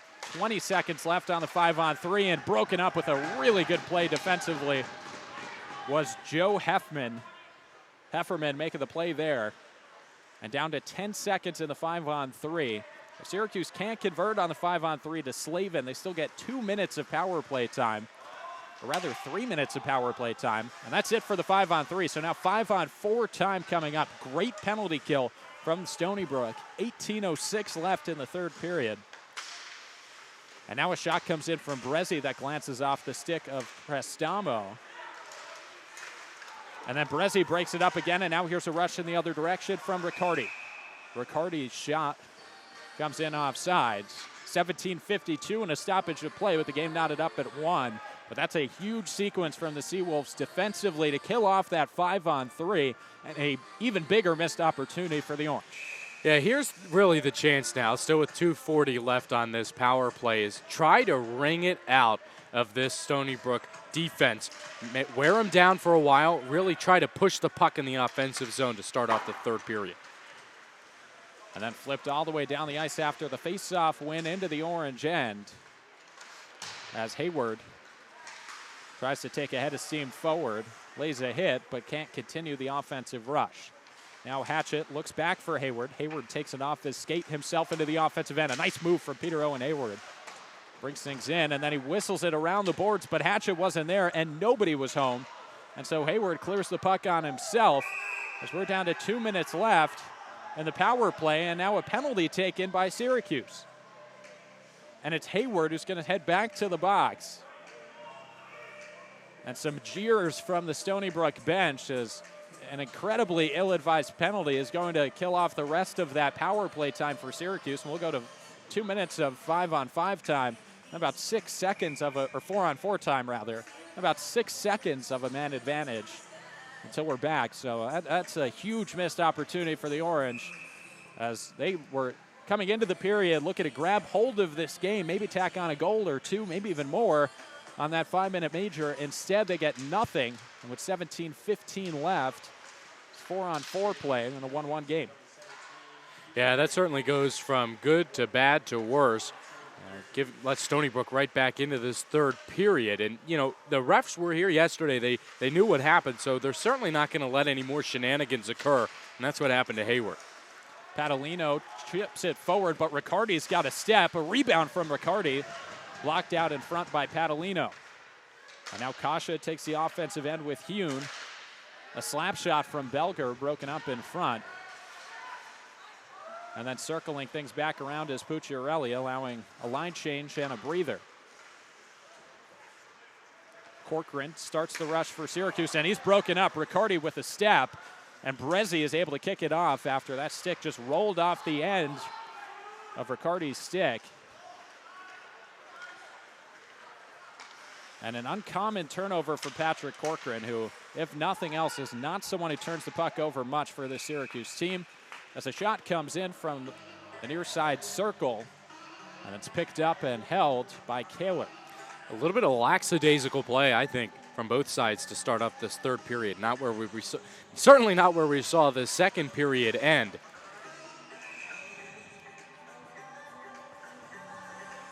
16:12 left in the third period. 1-1 is the score. On the weekend, Stony Brook already holding the 1-0 advantage after a 4-3 win yesterday. Syracuse hoping to split the weekend and hand the Seawolves their first loss of the season. Stony Brook 5-0 on the year to this point. First ESCHL game of the season for the Seawolves, or first ESCHL series of the season, rather. As now here's a quick rush. Brezzi in with McNamara and Prestamo. Corcoran flubs it down. And now Prestamo behind the net. Tried to feed it back out looking for McNamara. Instead found the stick of Jacob Slavin. And Slavin's move is broken up by Brezzi with a good stick. And then Prestamo walls him off. And it's sent back into the Orange end. About 15 seconds left on the 4-on-4. And then again, we'll have 5 seconds of power play time, but that likely will go all for naught as things will get back to 5-on-5 play. As Syracuse takes an icing with 15:25 left. Shots 32-23 in favor of Syracuse, but the score is still 1-1. Goals coming off the sticks of Peter Owen Hayward and Matthew Crockett. Face off, one back.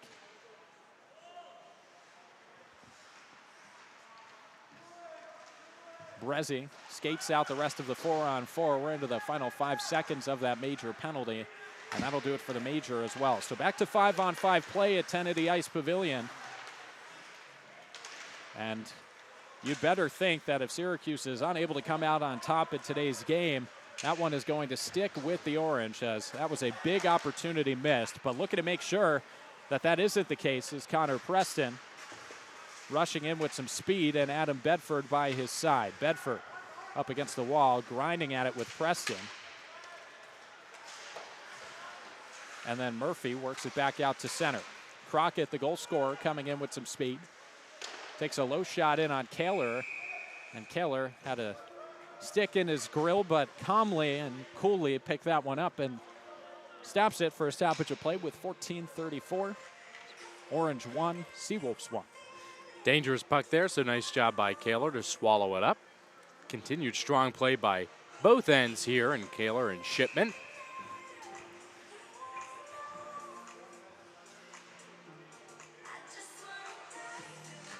Prestamo in on the faceoff up against O'Brien. And Prestamo wins it. Forced back out to the blue line, but it won't get much further than that. Kept in the offensive end by the Seawolves. As Hayward takes a shoulder to his chest and he's knocked off the puck, Prestamo lifts it high looking for Hayward, and instead it finds its way into the stands. Be a stoppage of play.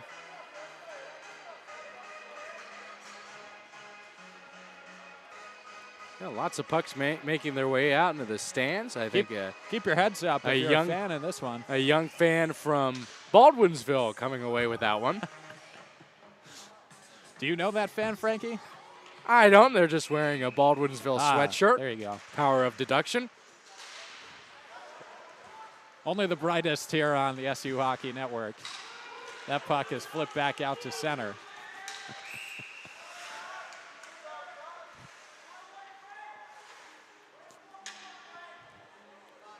So a high-intensity game here, but Syracuse and Stony Brook not showing much of the ill effects of that intensity. Both nights have been hard-fought, really tight matches. Nobody seems to be all that tired out on the ice, though. Lots of energy.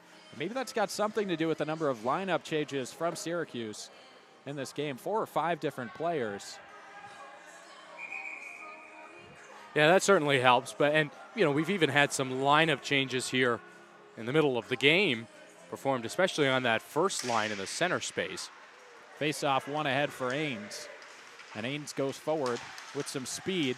Centering feed for Hayward. He got a stick on the puck that came in on Shipman, but Shipman caught it with the glove, and it stopped and held for a stoppage in play. 14 minutes left in the third period. I do like the addition of Tyler Ains in the first line, though. I think what we've seen from him and Hayward, they've worked really well together so far in this game and trying to create great chances for each other. Franzese checks into the game, and the second line for Syracuse, one of the only ones still left unchanged from the beginning of the game, gets into action, and there's Harrington with the chance. And it's gloved down and held by Shipman. Harrington with his fair share of shots this weekend. No goals to show for it, but he's been all over the ice for the Orange. Yeah, it came into the weekend leading the team in goals with 4. Now has been surpassed by Hayward, but certainly he'd like to break through here, and he's had some great chances as well. And now here's a 2-on-1 developing, and there's Nick Belger. Belger fakes the shot, moves to his backhand, centering feed, finds the back of the net. Slavin gets it. Joseph Slavin with the goal, and a lead in the third period for the Stony Brook Seawolves. I don't think Jake Kaler is okay there. He got pushed in the net hard. He's holding his head. It looks like he might have taken the crossbar in the back of the head. And a bit of excessive celebration there from the Stony Brook bench. Celebration right in front of Joseph Pucciarelli, who now checks back out onto the ice. Can't imagine that's going to go over well. And the referee giving a stern talking to Joseph Slavin, the goal scorer. But nonetheless, that puck finds its way in the back of the net, courtesy of a heck of an assist from Nick Belger. Yeah, certainly thought he was stopped, and I thought it was the great move to move over and try to cut Belger off, and he still was able to get around and get that pass into Slavin. Now with 13 and a half left, you just hope that Jake Kaler is okay. A bit shaken up, getting hit by Slavin as he scored and taking the crossbar to the back of the head. The fourth line immediately comes out looking to establish the physical tone. As Pucciarelli is spilled to the ice. And Slavin loses control of the handle. The Syracuse fourth line turns it back in, and a big hit comes in from Christian Van Eck. Syracuse bench approves of that one, and now a stoppage in play as O'Buck lost his helmet on the hit from Van Eck. It was slightly ajar, and he simply just took it and threw it off. And he may get a penalty for that. You cannot have no helmet, and his coach was ripping him for that. I mean, not sure what he was thinking. Yeah, he will be serving time for that. They're sending that helmet to the box, so I think the body is going to follow with it. And indeed, that is the case. Hard to understand exactly what Joe O'Buck was thinking after taking that huge hit. Yeah, he's not happy, but he just simply can't do that. The referees want your safety, and if the helmet comes off, especially in anger like that, they're going to punish you for that. The strange thing about that was the helmet didn't come all the way off. It was slightly ajar on his head, and then he just kind of took the rest of it off. It was really hard to explain why he did that. And we've had a few plays like that this weekend where it just seems to be inexplicably made, but nonetheless, Syracuse heads to the man advantage. 12:45 left and a 2-1 lead for the Seawolves. Syracuse looking to knot things up. Yeah, right after giving up that lead, this is your chance. And attacking right away is Hayward with Corcoran. Corcoran takes it back from Hayward. Finds a shooting angle, and that one skitters just wide. Great play by Corcoran to make something happen. He faked the shot, got around the defender, and took an even better shot. Very active with the puck was Patrick Corcoran. And now that 50-50 puck comes back out to center where Hayward is working with it. Hayward over to Hatchett, back to Hayward. Hayward toe drags, sets up a shot. And Crockett and Palmieri got their sticks in the way as it goes out of bounds. 12:08 left, 1:12 left on the penalty to O'Buck. And a 2-1 lead for Stony Brook as Syracuse continues to press, looking to knot this one up. Yeah, Hayward wants to score quickly. He looked to the bench, saw coach said, no, I'm staying on. We'll keep mostly the same unit besides Trip Francisi coming out. Francisi wins the face-off back. Then there's Hayward at the point. Forces it down beneath. Now giving chase to it with Hatchett, who pinches. Back behind the net for Francisi. Forced along for Hayward. Hayward with the skate. Now finally gets it back out to Hatchett. Hatchett with a soft wrist shot that's easily held and contained by Shipman for the stoppage of play. 45 seconds left on the power play for Syracuse. And now a full change comes out as well.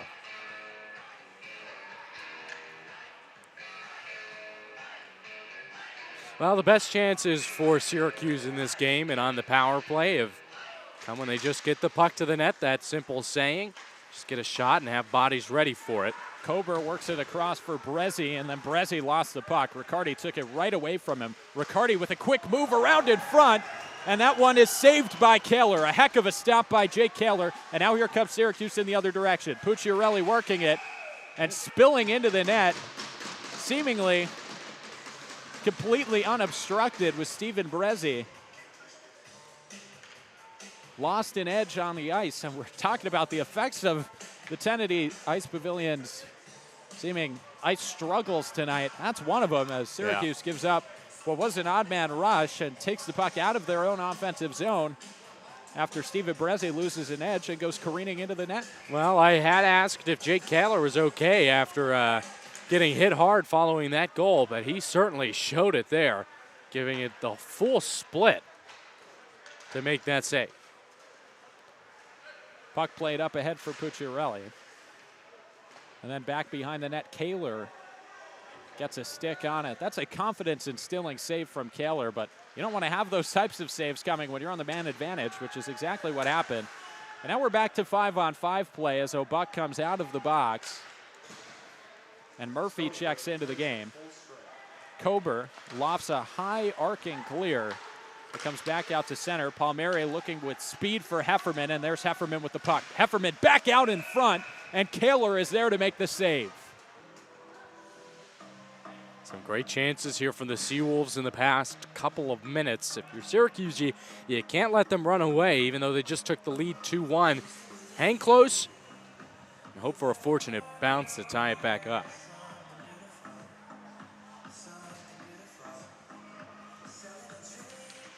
Face-off. Fought away, and finally coming out with the scrum was Patalino. And it's cross-cornered in. But Peck quickly gets a handle on the puck and begins the rush for Stony Brook. Now back to some dump and chase, and plenty of hits coming as a result of it. As Brezzi gets that one back out to center ice. Good enough for a full change, and then a turnover to Ains, and Van Heck can't find it on his stick. Ains left a drop pass for Van Heck, who was coming in with some speed, as he is so commonly doing. One of the faster skaters on this Syracuse team, if not the fastest, Christian Van Heck, but outskated himself. It's 2-1 now as the clock ticks under. 10 minutes left in this third period. Syracuse needing a goal to at least knot things up and try to get out of this weekend with one win, the two-game series. Stood up was Van Heck. As Peck now takes the offensive end. Corcoran broke that one up nicely. Corcoran maneuvering through the offensive end, lost the stick. Belger now has it, throws a centering feed that's broken up. Kasha picks it up, plays it back down low for Riccardi. Riccardi plastered along the boards by Corcoran. Clock ticks down to 9 minutes left. Riccardi very happy just to get it back to the safety of Frank Kasha, his defenseman. And Kasha handling with it. Has Hayward in his way. Hayward's clearing attempt broken up by Kasha. Now Hatchett feeling the pressure. And Riccardi continues to keep it up. Syracuse won the battle of the boards again. That's one thing they've certainly outdone Stony Brook in. And there goes high off the boards, Peter Owen Hayward. Just taking the clear and hoping to stop the onslaught, but nobody can get a change except for Ford Hatchett, who had been on the ice for what felt like about 10 minutes there. He's able to check out. Corcoran's still on, though, and he's certainly feeling the effects of a longer shift as he gives it off to Ains, who's also been on the ice for a while. And Ains skies it high for Hayward, and Kasha picks it up right away. And now a quick up, looking to turn that change into some offense. Bumped off the puck was Ronaldo by McNamara. And McNamara with a good lead, and now here's Franzese. Franzese for McNamara, got a stick on net on Shipman. A nice job by Shipman to keep that one out with the blocker. Then kept at the blue line by Rosen. Rosen tries to force it forward, does. There's Harrington with it, and Harrington's move comes off his stick and is pushed all the way back to Jake Kaler, waiting in the wings in the Syracuse end. And that puck is chipped out of bounds. Adam Bedford holds onto it. 7:40 left in the third period. 2-1 the score yesterday. Syracuse losing to Stony Brook 4-3. The game where it felt like the Orange didn't have their A game for about 40 or so minutes. Climbed into it late, but it was too little too late for the Orange. Today's been a little bit of a different story. Syracuse seemingly outplaying Stony Brook at nearly every turn, out shooting them 35-27, but still after the latest goal, courtesy of Joseph Slavin, it's a 2-1 lead for the Seawolves. Yeah, still a little bit of a drop of energy here with Syracuse. They're not making the passes they were before. The Stony Brook defense has really tightened up since that second goal. Pass played back, and a big hit comes in from Preston, and it forces a turnover as Hatchett has some speed. Hatchett tried to put it on his backhand, broke it up.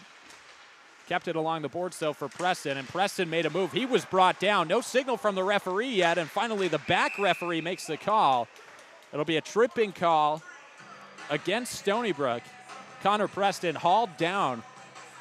And interestingly enough, we saw Connor Preston be a really strong offensive and defensive presence on this team this year. This year he's only getting fourth-line minutes, but in those minutes he's making a lot happen with them. That time drawing a penalty with 7:04 left. Syracuse is going to head to the man advantage for 2 minutes. Yeah, he's just one of the guys on this team that plays a full game on both ends of the ice. You love his gritty style of play, and he certainly makes things happen, as do some of the folks on the ice now. Hayward and McNamara worked well on the power play earlier and well together yesterday, seeking to do the same. Prestamo kicked out of the faceoff circle, and now it's Hayward. Hayward wins it back for Cato. Cato circles it around, and then a quick tip play in front. And who else is there in the dirty area? Connor McNamara tied up. A huge goal on the power play of the most consistent player for the Orange, Connor McNamara. Yeah, what were we talking about earlier? Just get the puck to the net. Good things will happen in the dirty areas. That's McNamara's 4th goal of the season, 3rd of the weekend. Another power play goal from the Orange. What hand-eye from Connor McNamara. And, you know, just a couple of minutes ago, he made something out of nothing on an opportunity where he was alone and just got a puck on net by shoveling it forward. He really has tremendous hand-eye and is great right around the crease. Face-off won back by Syracuse. And the captain gets Syracuse knotted back up in this one with under 7 minutes left.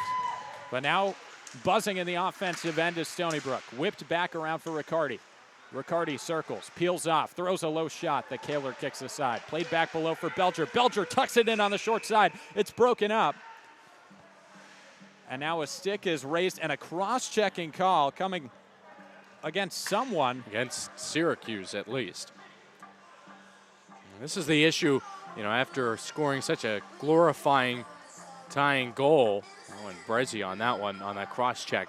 After scoring such a glorifying game-tying goal, you can sometimes let your related feelings create a little bit of lackadaisical play, and that penalty is certainly part of it. 6:29 left, and right after Syracuse puts the game-tying goal on the power play, the Orange now in danger of falling back behind on the penalty kill.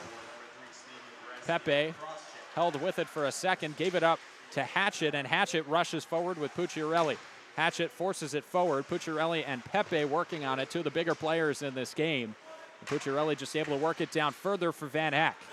Hack lays a hit into Pepe and then doubles back. He'll go off for a change. Pepe checks in. Hayward broke him off the puck, and Hayward's all alone in front if he could get it. He's got the puck on his stick now. Pirro and Hayward shot, and it just came off the heel of the stick. Hune did just enough to disturb that shot and keep that one from getting in.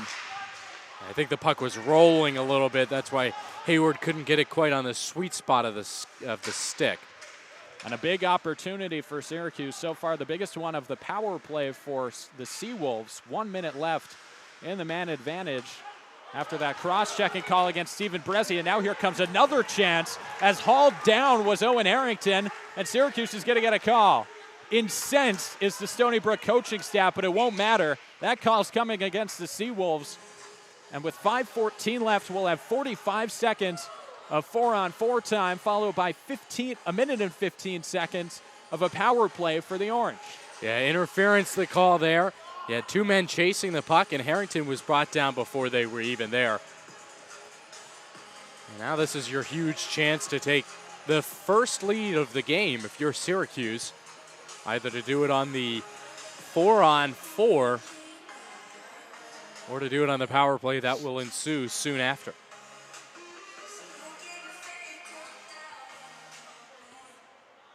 So a huge opportunity on the 4-on-4.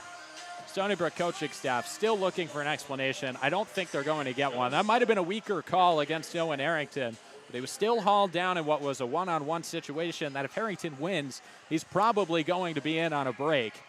So you can understand the reasoning behind the call from the referee, even if it was a weaker call. Kasha takes the face-off win back out. And now working behind with it is Padalino. Puck stuck in the side of the cage, and a whistle blows. 4:58 left, game knotted up at 2. Still 30 seconds left of 4-on-4 time.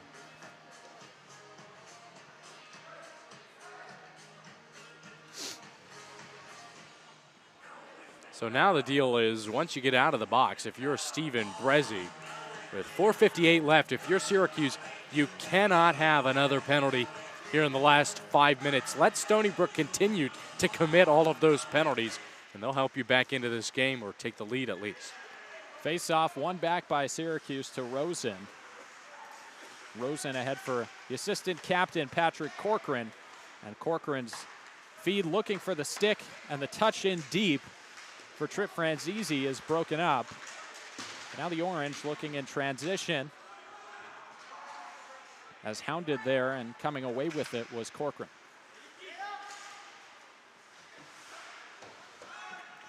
Hickey back behind the Stony Brook end as the clock ticks under. 4:30 left, and it's now 5-on-4 time as Hayward comes onto the ice. 1 minute of power play time on the penalty to Joseph Slavin. And Harrington's got it caught up in his stick. Can't come away with it. And then it's played back out to center for Kennedy. Kennedy working 1-on-4, and a great stick by Luke Cato allows for a quick turnaround for the Orange. Now here's Hayward. Hayward goes into center, puts a feedback for Cato. Cato's chance denied by Shipman. What a stop. Richard Shipman saw that feed the whole way. It was an innocent enough feed, but Hayward knew where Cato was the whole way. Yeah, that was a great pass from Hayward. I mean, I don't think anyone expected to turn around, and to know that your teammate is rushing down the left lane like that with Cato was an excellent chance. An even better shot as well from Luke Cato, as now Syracuse looks to press in the final 30 seconds of the power play. Hatchett throws a centering feed that skips just wide. That one came off the stick of Owen Harrington. That's the right idea, though. Keep those pucks right on the crest. Now back up top for Hatchett again. Hatchett again with the tip play. That time Hayward couldn't find it, and it goes in, but waved off by the referee. Everyone was celebrating on the ice, and the referee says that one never came across. What a turn of events there. I certainly would have been shocked if that went in because Hayward was behind the net. So now back to 5-on-5 play, and here's Preston with the head of steam. Preston shot catches a weird spot. He has the rebound, but it goes out wide. Wow, what a chance out of nothing from Connor Preston. That's a heck of a shot, and to get there for the rebound and nearly get that backhand on net. Excellent play by Connor Preston. An explosion of speed from Connor Preston leads to a great opportunity. After that puck looked like it might have just crossed over the goal line. Everyone was celebrating for Syracuse, but instead it was Stony Brook coming away with the puck and clearing things out. Yep. An interesting sequence there as we now tick under 2 minutes, or 3 minutes, and a game knotted at 2. Yeah, perhaps if we had a lull of energy, that certainly is not the case anymore. Scoring chances galore. Slavin picks it up at half ice, and Hefferman in with some speed, and a huge hit comes in courtesy of Connor Preston. Now, if that's not why you love Connor Preston, I mean, he just had an excellent offensive chance and then a huge crunch along the boards there. You got to love to see that kind of play. Certainly not afraid to lay the body as Connor Preston, but now in with some speed was Slavin. But that puck on the pass hit off his skate, is knocked down. Then Padalino steps into that, breaks it up. Rosen can't get it clear. And in with some speed is Belger. Belger makes a move on Padalino, and Padalino walls him off with the body. Back up top for Hune. Hune thought about a shot, thought better. Takes it back. Gives it off for Kasha.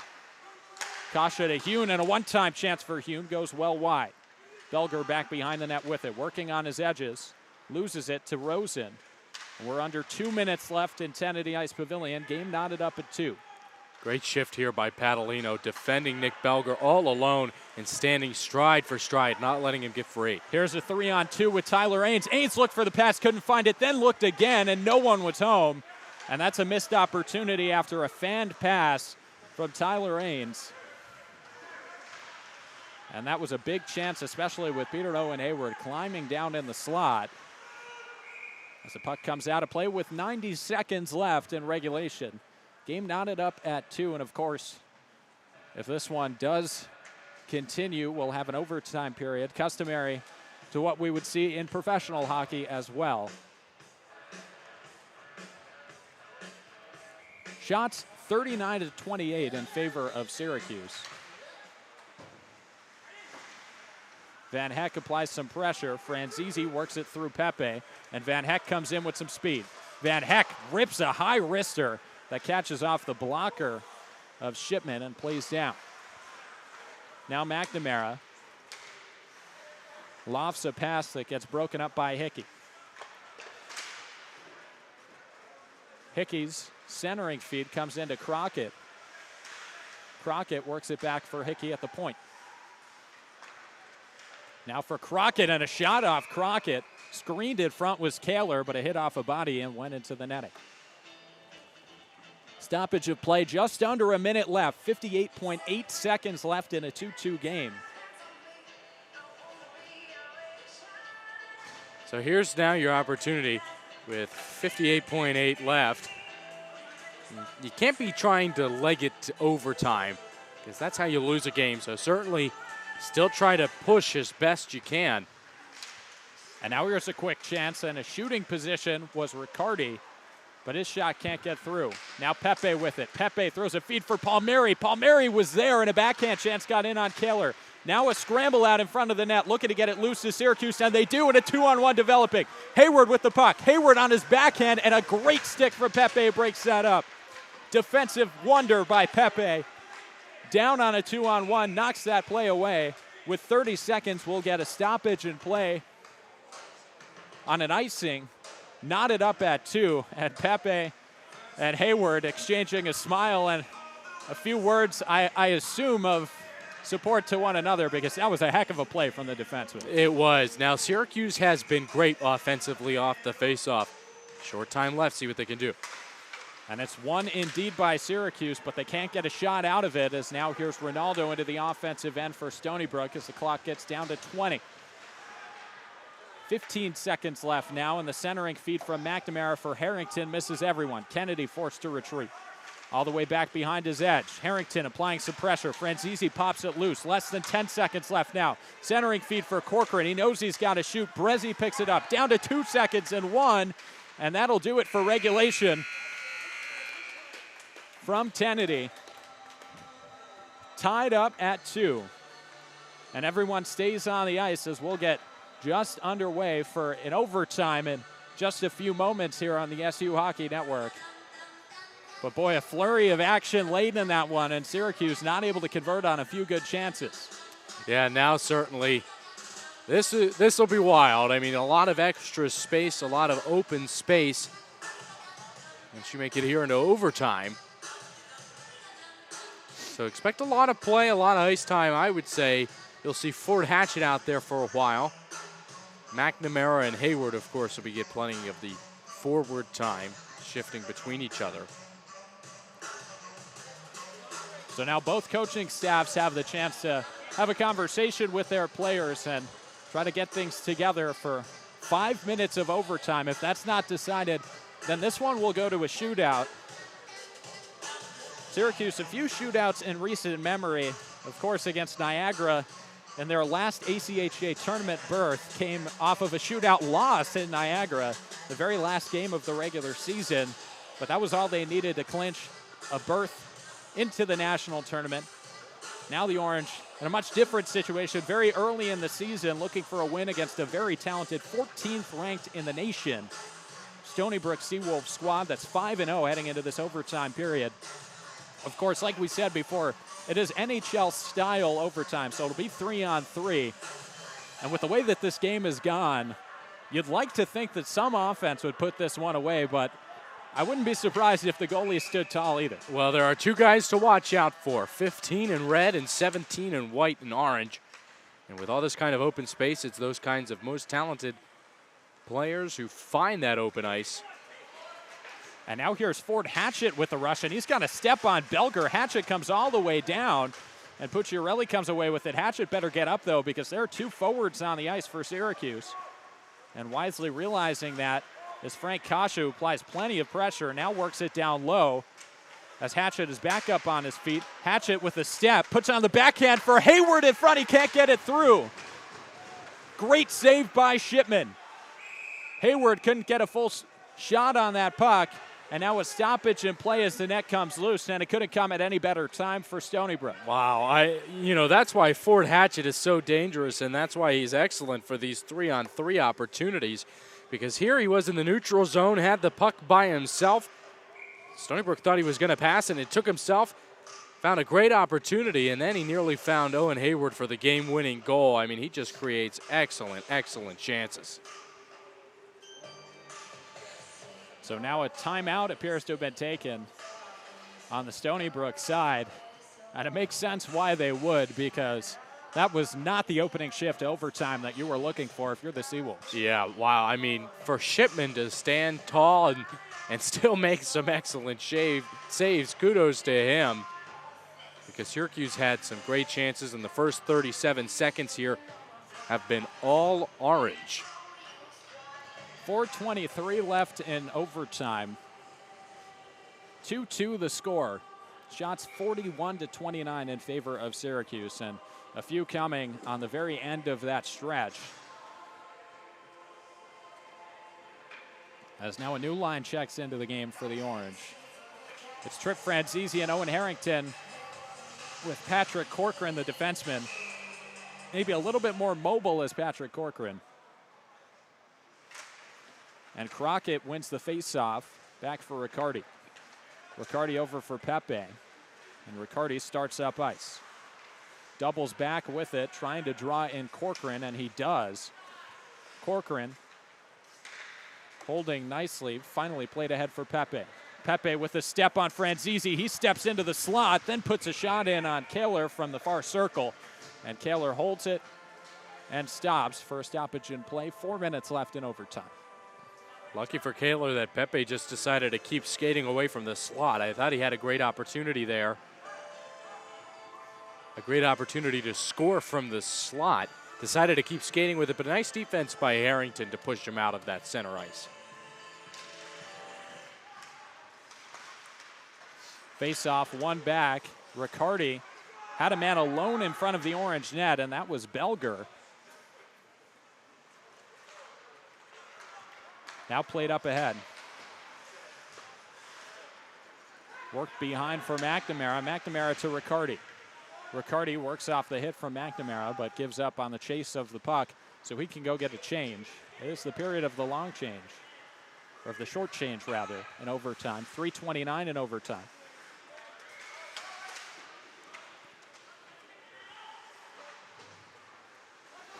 Work back to the near point for Brezzi, and Brezzi just plays it in deep. Syracuse goes off for a change, and now maybe you're starting to see the effect of the tiredness as players pushing a little bit less, trying to get some sort of offense, but staying out on the ice is Peter Owen Hayward. Yeah, it's certainly tough. I mean, when you've already played 60 minutes of hockey and aggressive hockey after 2 nights of tough play between Stony Brook and Syracuse, and they came out guns a-blazing to start this overtime, but you are right, a bit more conservative now, almost like a limp on both ends to get to the shootout. Pucciarelli applies some pressure, but gives up on it quickly. Prestamo working on Slavin. Slavin's pass broken up by Hatchett. And there goes Hatchett with a 3-on-2. Hatchett ahead for Pucciarelli. Pucciarelli's shot off the toe of Shipman. And now here's Prestamo with it, and he's stripped of the puck by Hune. 2:20 left in the overtime period. And here comes Hune. Hune plays it down low for Murphy. Murphy walled off. And then a centering feed nearly found Ronaldo just off the edge of the stick.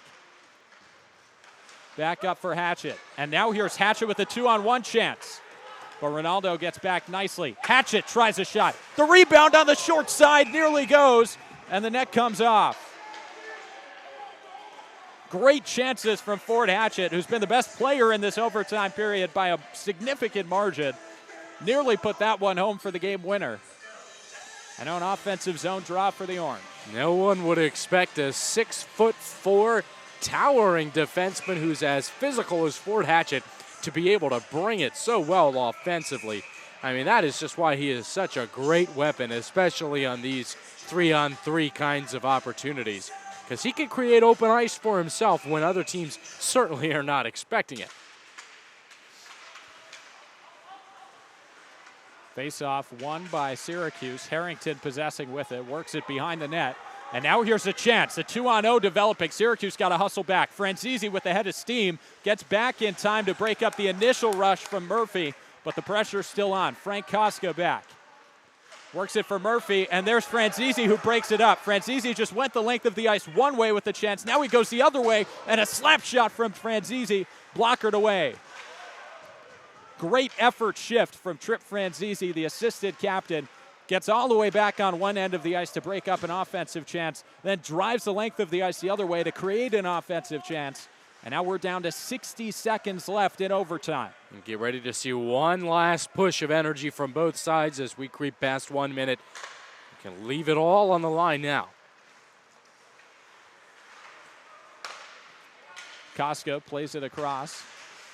Crockett, the earlier goal scorer, plays it forward for Koska. Here's Frank Koska with some speed.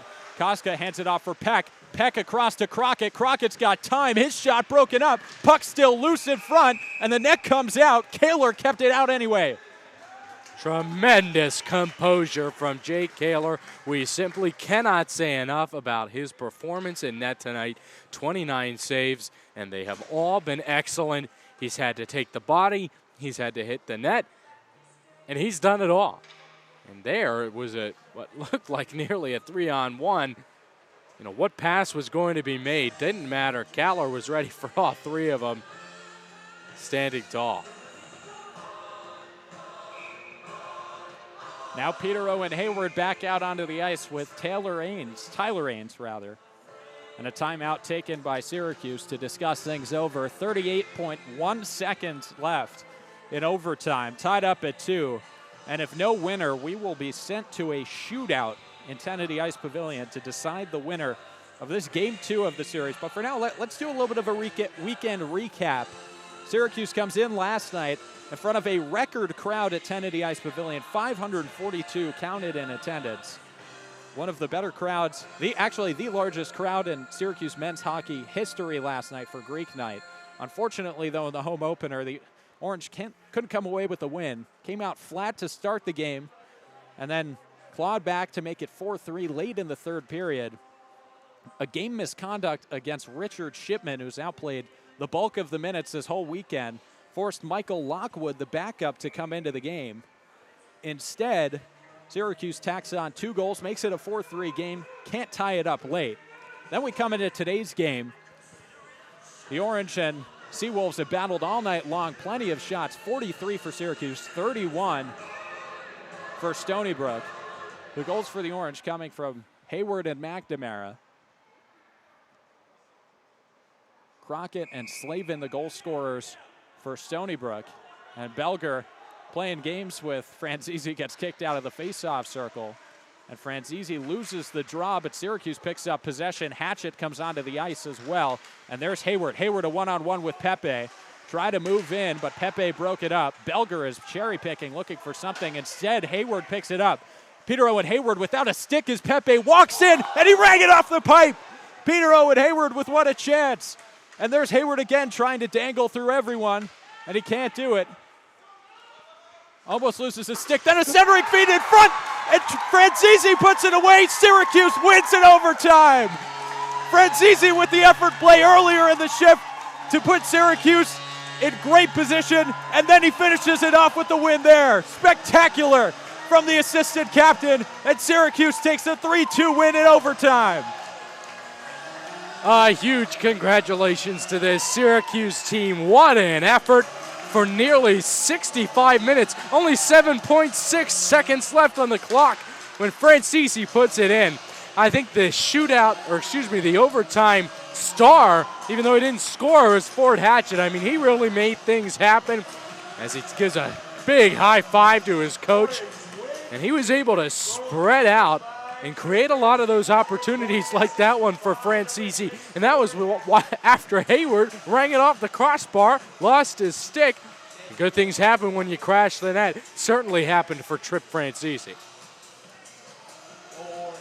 And a great battle between both teams ends in an overtime goal with 7.6 left on the clock in overtime to give Syracuse a 3-2 win and close out the weekend with a huge one over the 14th ranked team in the ACHA in Stony Brook.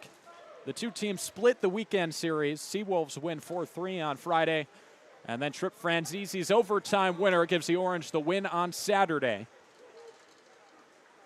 And as big a win as there has been so far this season for Syracuse, allowing this one not to get away from them and grabbing a big ESCHL win in front of the home crowd at Tennity Ice Pavilion. Yeah, definitely a huge win for many reasons. I mean, some people would say that this Stony Brook team is definitely better than Syracuse. We certainly did not see that this weekend.